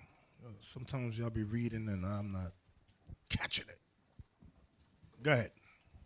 The book of Habakkuk, chapter 2, and verse 5. Yea, also, because he transgresseth by wine. This wine represents philosophy. How do we know? Micah, is it 2:11? Yes, sir, 2:11. Just get the precept real quick, because I know somebody in the back going, well, how do you know wine is philosophy? What are you talking about? The book of Micah, chapter 2. You know, there might be an Israelite camp that says that wine means alcohol and tobacco, or something stupid like that. Turkey wings and gravy. Yeah, stay away from the vermouth. Go ahead. Micah chapter 2 and verse 11. If a man walking in the spirit and falsehood do lie, saying, I will prophesy unto thee of wine. Stop, read it again. If a man walking in the spirit and falsehood do lie. You're walking in the spirit and falsehood and lie. Saying, I will prophesy unto thee of wine. So the wine makes reference to lying. What else did it say? Because I'm not looking at it. I'm sorry. Falsehood. Falsehood. That's what it's talking about. Go ahead. I will prophesy unto thee of wine and of strong drink. He shall even be the prophet of this people. So now when we go back now to Habakkuk 2, when it mentions wine here in Habakkuk 2, okay, this wine is going into lies, philosophies. Go ahead. Policies. I like that word in this context. Go ahead. Habakkuk chapter 2 verse 5. Yea, also, because he transgresseth by wine, He is a proud man. He said, who is this pride man? Remember, God said about the white man, the pride of your heart has deceived you. Go ahead. Neither keepeth at home. Does the white man stay? Does he mind his business and stay in his own land? No. Go ahead. Who enlargeth his desire as hell. Now, this is what we wanted to get to right here. Who enlarges his desire as hell and what? And is as death. And is as death. You accept this man's policies. You follow his philosophies. God is telling us this man is death. What does it say? And this man, what does it say? This his man. His desire as hell. As hell. And is as death. And is as death. Because what happens? Once they introduce whatever it is into your country, like for example, in Kuwait now, they didn't want Esau in there. Because now they introduce, not only did they introduce a form of Christianity, they're celebrating Christmas now. They open porn stores. The people are like, what the hell is this? What have you done to our country? The country goes down, down, down. Spiritually, mentally, morally, it's corrupt. And especially economically. Go ahead. And cannot be satisfied. This man, God says, cannot be satisfied. Go ahead. But gathereth unto him all nations. Right, because once he destroys your land, he says, now he extends the olive branch. You can come to my land. Your land is destroyed. Your economics is destroyed. You can come to America. Come be a citizen here. We can make you very rich here. It's a land of opportunity. Now all the people that's jacked up, they've been bombed and destroyed. We have no choice. Let's go to America. Go ahead. And heapeth unto him all people. And heaps unto him all people. That's America. Okay, let's go back. Let's go back to Revelation 7. I think we're in verse 8 again. Oh, wait, I'm sorry. Yeah, read that again. Revelation chapter 6, verse 7. Right. And when he had opened the fourth seal, I heard the voice of the fourth beast say, come and see. And I looked, and behold, a pale horse. So that pale horse precepts with Zechariah 6, verse 3. Zechariah 6 and verse 3. And in the third chariot, white horses. And in the fourth chariot, grizzled and bay horses. See that part, grizzled, that goes into pale horses. Let's go back. Revelation 6 and verse 8. And I looked, and behold the pale horse, and his name that sat on him was Death, and hell followed with him. That's Esau. That's all going into Esau, the rise of the white man. First he conquers, then he takes away peace from the earth, he destroys your economics, and once all that happens, death and hell follows right behind him. Go ahead. And power was given unto them over the fourth part of the earth. Now what's the fourth part? Give me 2nd Esdras 11, verse 39 and 40. Oh, you got to remember, this man has conquered the earth. So you go, well, what's the fourth part going into? Read that. 2nd Esdras chapter 11, verse 39. Art not thou it that remainest of the four beasts? They're the fourth beast. That's what it's going into. Go ahead. Whom I made to reign in my world, that the end of their times might come through them. The end of the world is going to come through this man. This beast right here, this Edomite beast, the end of the world is going to come through them. And when it says the end of the times, it's talking about destruction of their worlds. Go ahead. And the fourth came and overcame all the beasts that were past. Right. The fourth beast, that eagle came, they destroyed. Not only did Babylon, who came next? Persia, Media, Greece, Rome. Rome is an extension of America. Let me put that. Rome is an extension of America. Go ahead. And overcame all the beasts that were past, and had power over the world with great fearfulness. See that? And had power over the world with great. So it ain't, because you read about the fourth part and you go, well, what's the fourth part? Is it just Africa? Is it this? It said they had power over what? And had power over the world. Over the world. Okay, what verse was that? I'm still in verse 40. Go ahead. With great fearfulness, and over the whole compass of the earth. And over the whole compass of the earth. With much wicked oppression. With much what? Wicked oppression. Was that the end of the verse? No, sir. Go ahead. And so long time dwelt he upon the earth with deceit. Mm-hmm. That's it. Give me Daniel 7 and 7. It's saying the same thing. Daniel 7 and 7.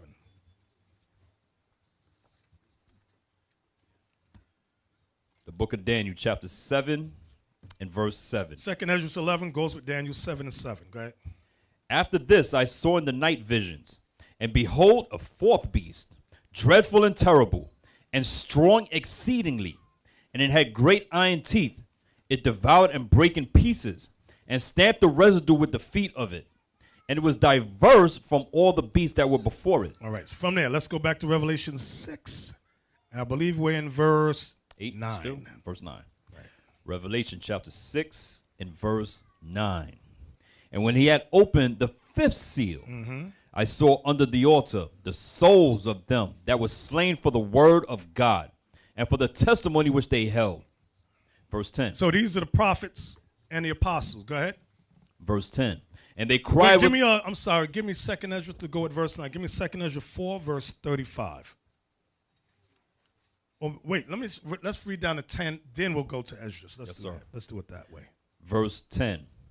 And they cried, Revelation 6, verse 10. And they cried with a loud voice, saying, How long, O Lord, holy and true, dost thou not judge and avenge our blood on them that dwell on the earth? So the souls of the prophets, they speak to the Lord. That's what Christ is revealing here. No, your mama don't speak to the Lord. No. The Lord don't want to hear nothing your mama got to say. These are the ones that was murdered and killed or died following the Bible, following the scriptures. Your mama followed Caesar Borgia. God didn't want to hear nothing she got to say. I'm going to tell you straight. Read that. 2nd Ezra chapter 4, verse 35. Did not the souls also of the righteous ask questions? See that? The souls of the righteous speak to God.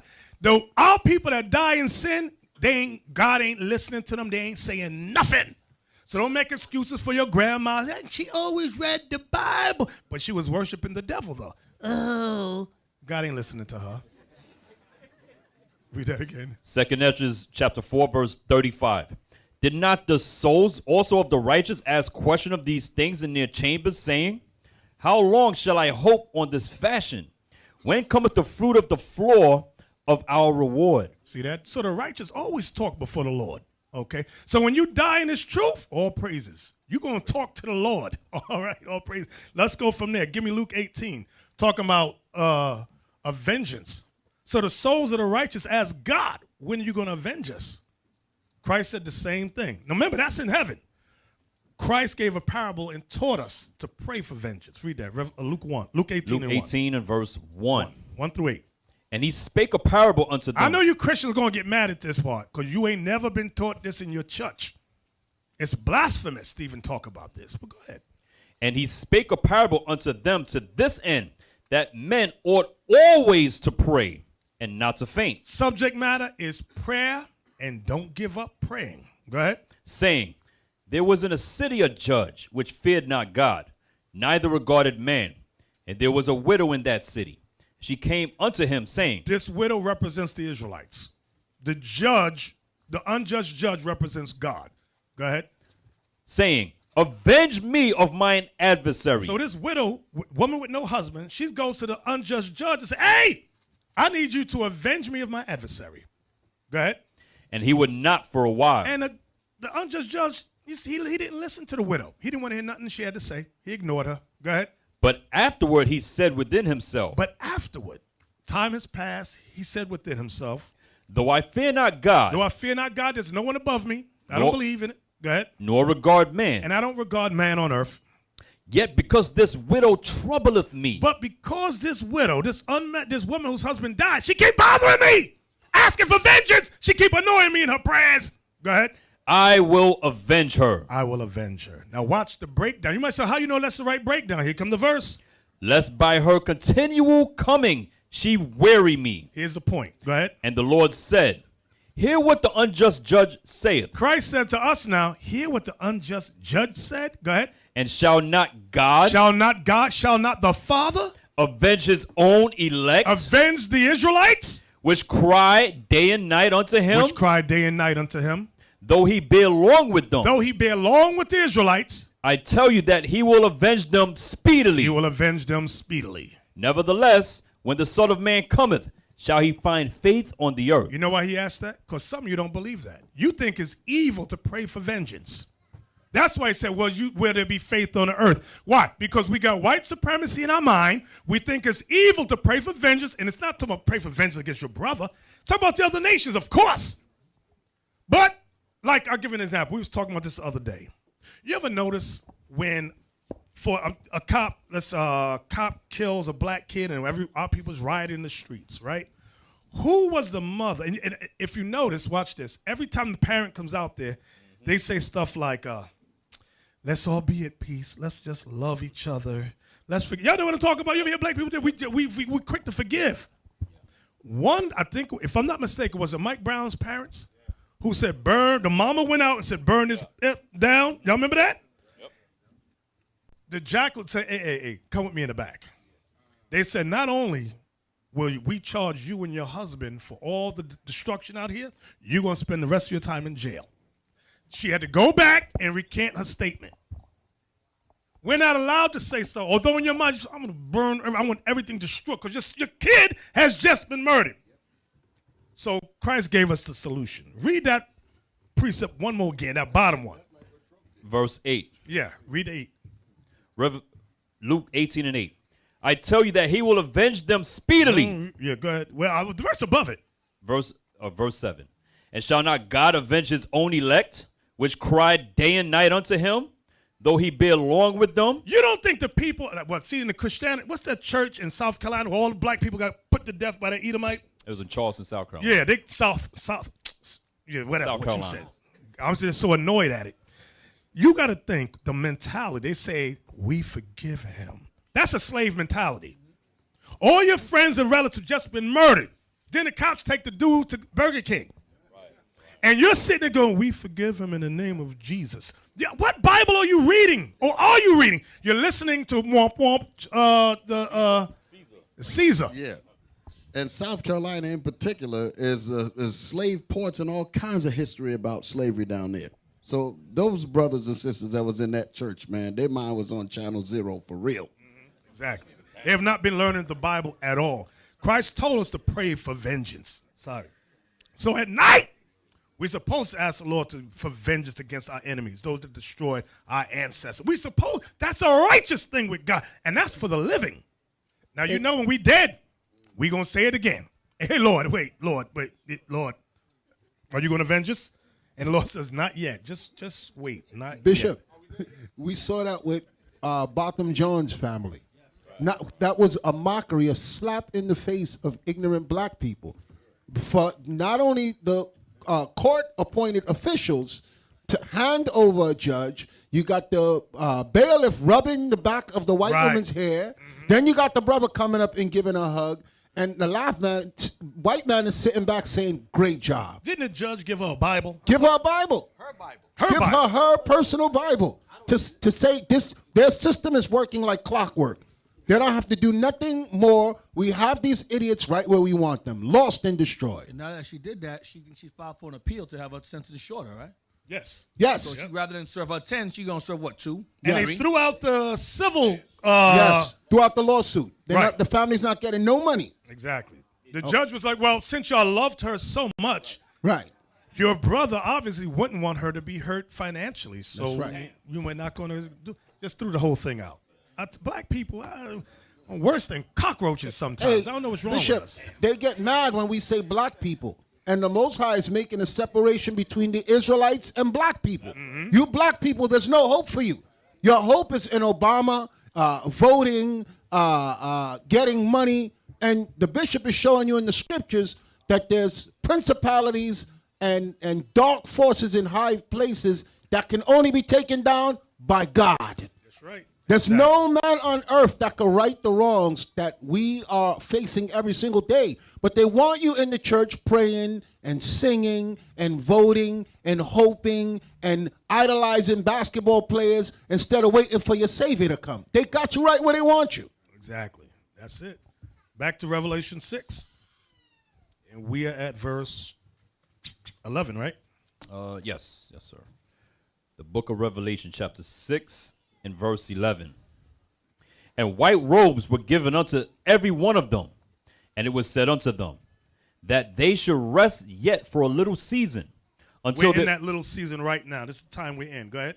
Until their fellow servants also and their brethren. So, yes, we're in the 5th seal. Go ahead. That should be killed as they were. So some of our people are going to be killed as they were. The brothers that stand up for righteousness will be killed. Go ahead. Some. Go ahead. Should be fulfilled. Read. And I beheld when he had opened the 6th seal. Now the 6th seal has not come yet. As we read down, you're going to see what the sixth seal is. We're in the fifth seal, not the sixth. Go ahead. And lo, there was a great earthquake, and the sun became black as sackcloth of hair, and the moon became as blood. Now, you see that part where it says, and lo, there was a great earthquake. That great earthquake, give me that precept, Revelation 11, 12 and 13. Revelation 11, verse 12 and 13 talks about the great earthquake. Verse 12 and 13. The book of Revelation, chapter 12, and verse 11, chapter 11, verse 12. Yeah, chapter 11, verse 12 and 13. Verse 12. And they heard a great voice from heaven saying this is unto talking them, about the elect that repent of their sins. Men, women, boy, girl. Go ahead. come up hither. Come up hither. This is what the church is called, the rapture. Go ahead. And they ascended up to heaven in a cloud. In a chariot. Go ahead. And their enemies beheld them. The nations are going to see us rise in these chariots. Go ahead. And the same hour. The same hour, meaning the same exact time as we're taken up. Was there a great earthquake? Was there what? A great earthquake. A great earthquake. This is what we read in Revelation 6. Go ahead. And the 10th part of the city fell. Now, let's go back. Let's go back. We were in Revelation 6 and 12 now. The book of Revelation, chapter 6, verse 12. And I beheld, when he had opened the sixth seal, and lo, there was a great earthquake, and the sun became black as sackcloth of hair, and the moon became as blood. Go ahead. And the stars of heaven fell onto the earth. That's talking about their satellites. What verse you at? Verse 13. Go ahead. Even as a fig tree cast her untimely So I want you to figs. pay attention to verse 13. The stars of heaven fell unto the earth, even as a fig tree cast her untimely figs. Go ahead. When she is shaken of a mighty wind. Read. And the heaven departed as a scroll. Now it says this is destruction, World War III. And the heaven departed as a scroll. That's that mushroom cloud. Go ahead. When it is rolled together. Uh-huh. And every mountain and Every island. mountain and island. So y'all living on them islands, God don't care if you in Jamaica Island, you in the Bahamas, you in Puerto Rico, you in Santo Domingo in Haiti. God don't care. It says in every island, what? Were moved out of their places. Bye-bye. Let's go back. I'm going to give it a precept for that. Isaiah 34, verse 4 and 5. Isaiah 34, verse 4 and 5.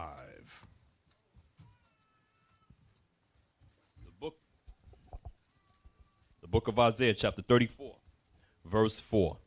And all the host of heaven shall be dissolved, and the heavens shall be rolled together as a scroll. This is what we just read in Revelation 6. Go ahead. And all their hosts shall fall down. Their satellites shall fall down. Their jets shall fall down. Go ahead.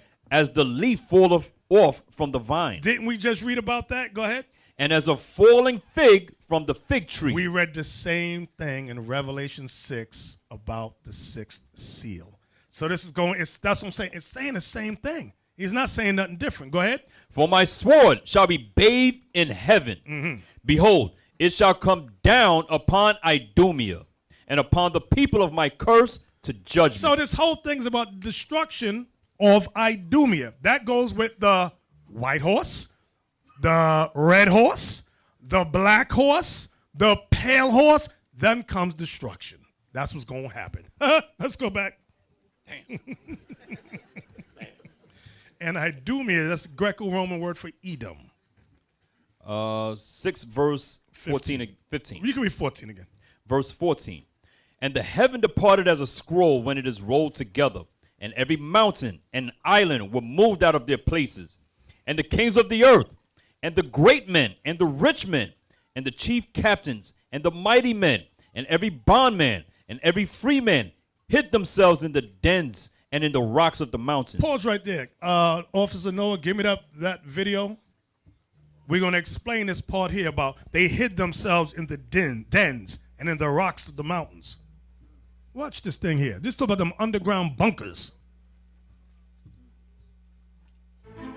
The federal government's ready for the moment of disaster. As mushroom clouds plume, key politicians and federal staffers Wait, that's will be the rushed scroll. underground. What did it say? It said, and the heaven departed as a scroll. That's that mushroom effect right there. Go on. You're going back to the beginning again. Go ahead. The federal government's ready for the moment of disaster. As mushroom clouds plume, key politicians and federal staffers would be rushed underground. The sites are prepared, humming along with daily activity right now and hidden from the public. If you're invited, you already know it. If not, you're sort of on your own. Some new facilities have been built up over the last few years, and Wait, Garrett pause, I Graff gotta found say one something by real quick. There's a movie. I'm sorry, you might remember. You don't look at too many movies, so I ask him. You know, there's a movie where a big flood. You saw a big flood. They made these giant ships, and there was a lottery. 2012, and there was a lottery for people to come on.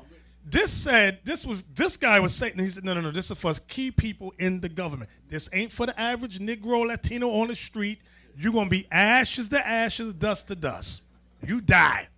Go ahead. accident. While writing about national security for Washingtonian magazine, Graff told NPR he came into possession of a federal employee's badge. On the back, when he flipped it around, it had driving directions. Google Maps showed nothing there, so Graff hopped in the car, and when he arrived at the site in West Virginia, he said, the road dead ends into the side of a mountain. There's this little guard shack, chain link fence, and then this set of concrete bunker doors beyond.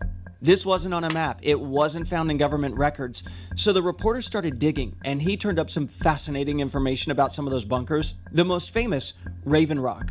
Situated close to Camp David on the Maryland-Pennsylvania line, Raven Rock has been renovated recently, and it's ready to go at a moment's notice. It operates 24 hours a day, 7 days a week, every single day of the year. Graff explained to NPR, Raven Rock is inside a hollowed-out mountain, a freestanding city inside, made up of individual 3-story buildings. It has a fire department, police department, medical facilities, even a dining hall that serves 4 meals a day. After 9/11, Raven Rock was dramatically expanded, and today, it could hold as many as 5,000 people. For the overflow, more facilities are hidden around the country, some known, some secret. Wow. I caught up with Garrett. Go ahead, y'all. So what are you going to say? They got a police department down there, so these elite people, some of them going to be committing crimes. I guess they got to lock them up. I guess they got jail That's down to there, make sure too. in case somebody find a way in. I'm telling you, it's in case a Negro find his or her way in. You're going to be dealt with. Yeah. We going to 322. Go ahead. The government's secret plans. Some of it's cool. Some of it, honestly, is scary. This is the history of the government's Cold War doomsday plans, sort of everything that would have happened during and after a nuclear attack and the secret plans for how the U.S. government would rebuild afterwards.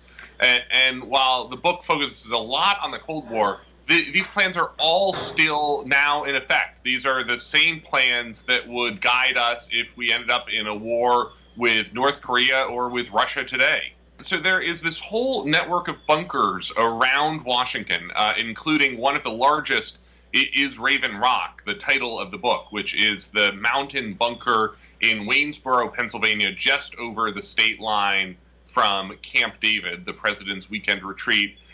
And Raven Rock and Mount Weather, which is the civilian government bunker in Berryville, Virginia, are literally hollowed out mountains with small cities built inside, where the U.S. government would retreat in the event of an evacuation of Washington or a surprise attack.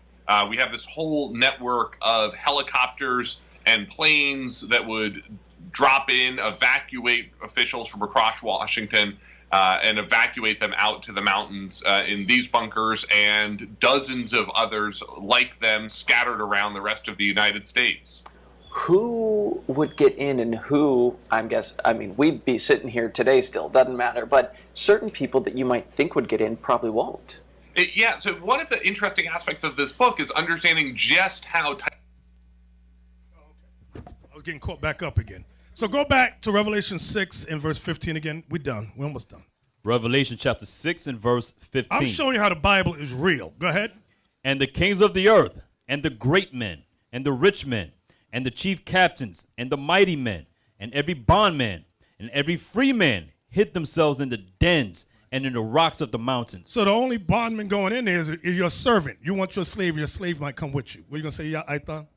Hey, that's Jeremiah 16 and 16. Yeah.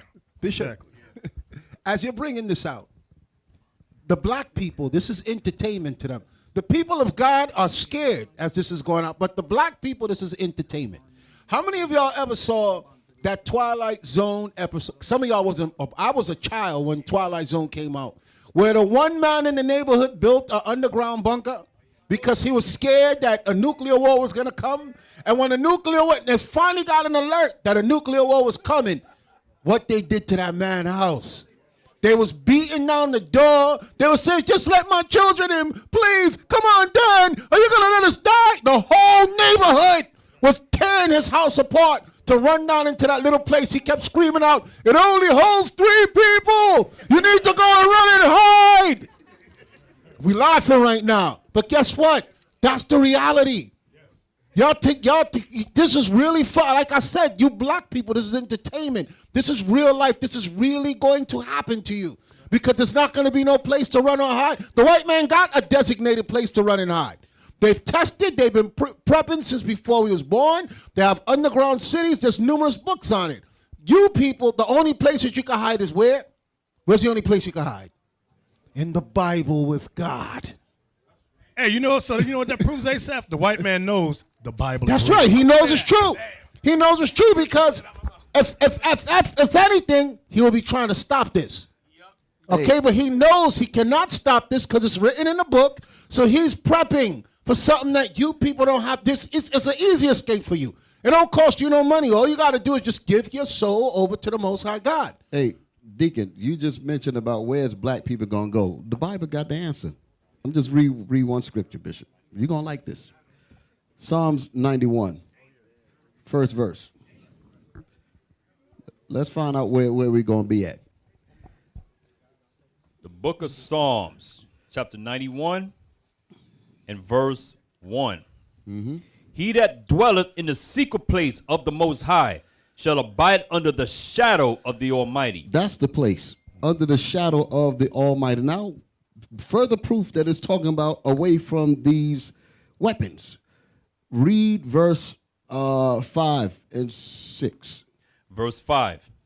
Thou shalt not be afraid for the terror by night. In the secret place of the Most High, you shall not be afraid. Go ahead. Nor for the arrow that flieth by day. Nor for the missile that flieth by day. Go ahead. Nor for the pestilence that walketh in darkness. Nor for the pestilence, diseases, and sickness and all that. That's going to come from these weapons and all that. Read.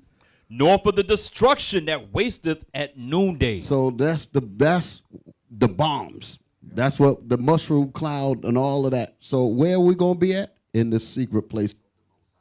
So that's what it's talking about. Then you notice okay, that. Meaning the scriptures. Yeah, you notice that why he made plan, God already have his own plan. But focus in verse 15. Read verse 15 one more time. Psalms 91 verse. Revelation. Revelation chapter 6 and verse 15. And the kings of the earth, and the great men, and the rich men, and the chief captains, and the mighty men, and every bondman, and every free man, hid themselves in the dens and in the rocks of the mountains. They show you these bunk what they created for the elite. You understand? For the elite, they already tell you that your project dudes ain't coming in. Your gathers dude ain't coming in. Sister, the mattress would not help you underneath. You understand? Brother, you understand? Jumping in the bathroom, hiding in the bathroom, put water in your head ain't going to help you that day. You understand? It's just going to be in the shadow. You have to be in the shadow. You understand? God going to protect you, man.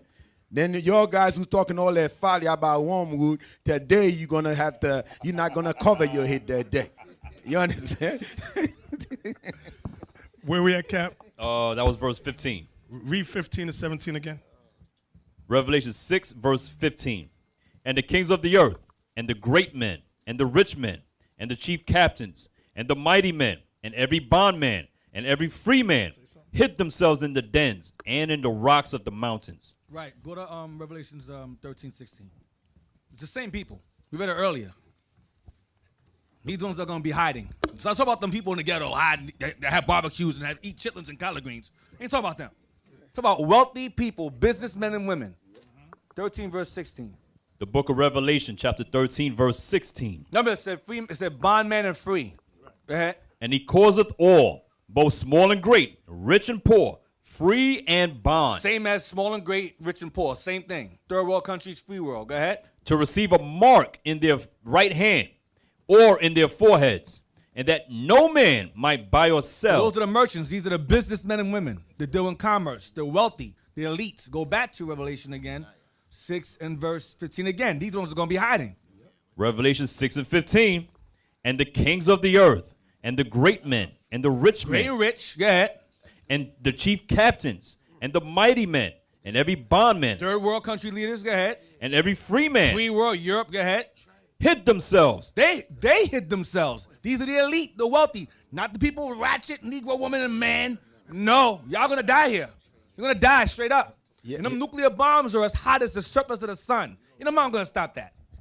No mountain's going to stop that at all. They said bombs now can destroy lands as large as Texas and France. It says it erases the land. Not something's left. It's gone. That's why it said in Isaiah, it says the islands will be moved out of the way. There'll be no land there. It'll just be water. Hot, boiling water with burnt fish. And burnt submarines and burnt sailors. So Deacon Nathan, you telling me that when you saying that there's going to be no place for the sisters or the brothers, ain't right? That means the 911 is over. Right, and there's no flying gin or vodka falling from the sky. In some wormwood. It's not in the Bible. Their welfare system is over. Yeah. You understand? Everything that they allowed the black woman to have a big mouth, that day is going to be over. That's done. Wow. One more elder. We read Isaiah 2, verse 19. Let's see what he's quoting from. John got this from Isaiah. Isaiah saw a lot of stuff. I'm surprised he didn't lose his mind. Because everything that John in Revelation, you read in Isaiah. Isaiah 2, verse 19 and down. It's like 3 verses. The book of Isaiah, chapter 2, verse 19. And they shall go into the holes of the rocks. And it's read verse 17, then jump to verse 19. I'm sorry. Verse 17. Going into Edom again. And the loftiness of man shall be bowed down. That's his pride being brought low, falling down. Go ahead. And the haughtiness of men shall be made low. All the power they had that they gained that great source will be brought down to nothing. They're going to lose all their power. The satellites, technology it's going to be completely destroyed. No power at all. Go ahead. And the Lord alone shall be exalted in that day. Only God will be exalted in that day. They cannot stop him. Jump down to verse 19. Verse 19. And they shall go into the holes of the rocks and into the caves of the earth. You saw that on video. Go ahead. The caves of the earth. Go ahead. For fear of the Lord. Running from God. That's what it's saying. Go ahead. And for the glory of his majesty, when he ariseth to shake terribly the earth. When he allows those bombs to drop. When he shows up here and shakes the earth himself. Go ahead. In that day a man shall cast his idols of silver and his idols of gold, which they made each one for himself to worship, to the moles and to the bats. Right. Now all of a sudden they're going to try to rely on their gods to save them. They ain't going to save them. Are they going to be eating bats and getting the coronavirus?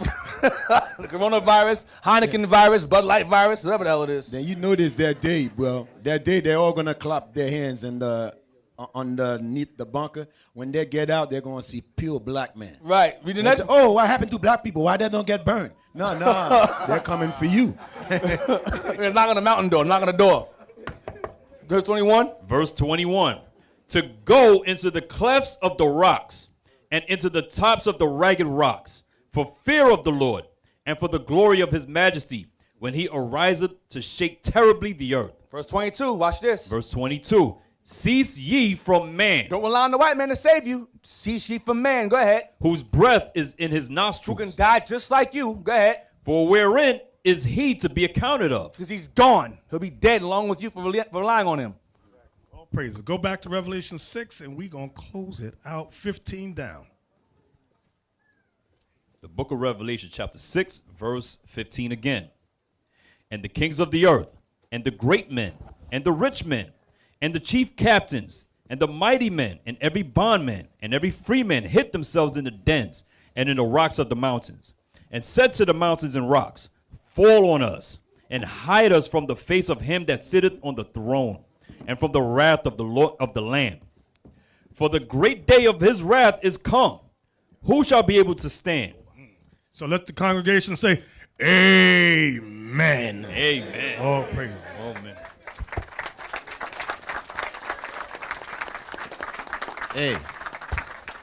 Hey, y'all listen, man. I love you brothers, and I love you brothers and sisters here, and y'all think it's a light thing going over Revelations, bringing like what the bishop just did. That's not a light thing, man. You understand? You're getting knowledge and understanding and wisdom that been hid for centuries, man. You understand? So, hey, I want you to go to Amos. Read Amos 3 and 7. You know? Amos 3 and 7. Because if you go to any one of these, the churches, they not going to give you the understanding. A revelation. What just came out. You ain't going to find this understanding no way on the planet Earth. You understand? But read this for me. The book of Amos, chapter 3, verse 7. Surely the Lord God will do nothing, but he revealeth his secret unto his servants, the prophets. Revelations is that whole book is about parables and secrets that the Most High got inside here. You know? And what does the Lord does? Read that again. But he revealeth his secret unto his servants, the prophets. So you all know who the prophets is. The prophets is back on the earth today. You understand? The prophets is back on the earth today to go through Revelations and explain it so plain. You understand, where even a babe could understand it? We know that the prophets is back on the earth today. You know, that's why when Bishop, you are brought out concerning the pale horse. The black horse. You understand, with the unjust scale and so forth. You know, you think they are not listening right now and seeing, you know, they seen what we are bringing out in the scriptures, the prophecies and so forth. You know, the same thing they did to these leaders of these countries. You think they're not gonna try to do it to us? You know, but the thing is would you all support us, or would you all turn your back on us when they come for us? You understand? What would you all do? Gaddafi people, a lot of them turn on him. You know? All them leaders, they people, that's their job. To make the people turn against you. You know? So would you all stand for us when they come for us? Or would you all stand for us, or would you all turn your back on us, man? Yeah, you know? Yo, Deacon, they did that to Christ, man. Christ prophesied of that thing. I mean, a lot of people here, like I said earlier in the noon class, then you see them wearing fringes. You understand? That don't mean they are will brothers, will sisters. You understand? A lot of demonic spirits surround us as we speak. But to come to revelation and understand as plain it is this, how the bishop break it down. Listen, man. You see, every word you read in the Bible, they're going to do just that. We learned that today. You understand? They're not going to skip a tone. They're not going to miss a tone. They're going to follow it as it is written, man. Because God said, you remember, he said that power was given to them to do this. The power was given to them to do that. You understand? Everything God said, that's what these men going to do. He's not going to go outside and do his own thing. You guys have to understand, this thing here is God set it up like that. Just because, you understand? For your guys who lost hope, today should be your hope bill come right back up. You understand? For your guys who don't have enough faith, today should be the day your faith be stronger, man. These people, man, don't worry about it. Wherever they come for us, don't worry. I'll see you again. You understand? They're just killing the flesh. That's it. They don't have power over your spirit, man, your soul. Always remember that, man. Don't give these people no power over the damn thing. They're not going to do a damn thing unless the Lord give him power to do it, man. So I know we got some agent listening. We got some agent in here. This is what you're going to put your note today for your superior. Christ is coming for you.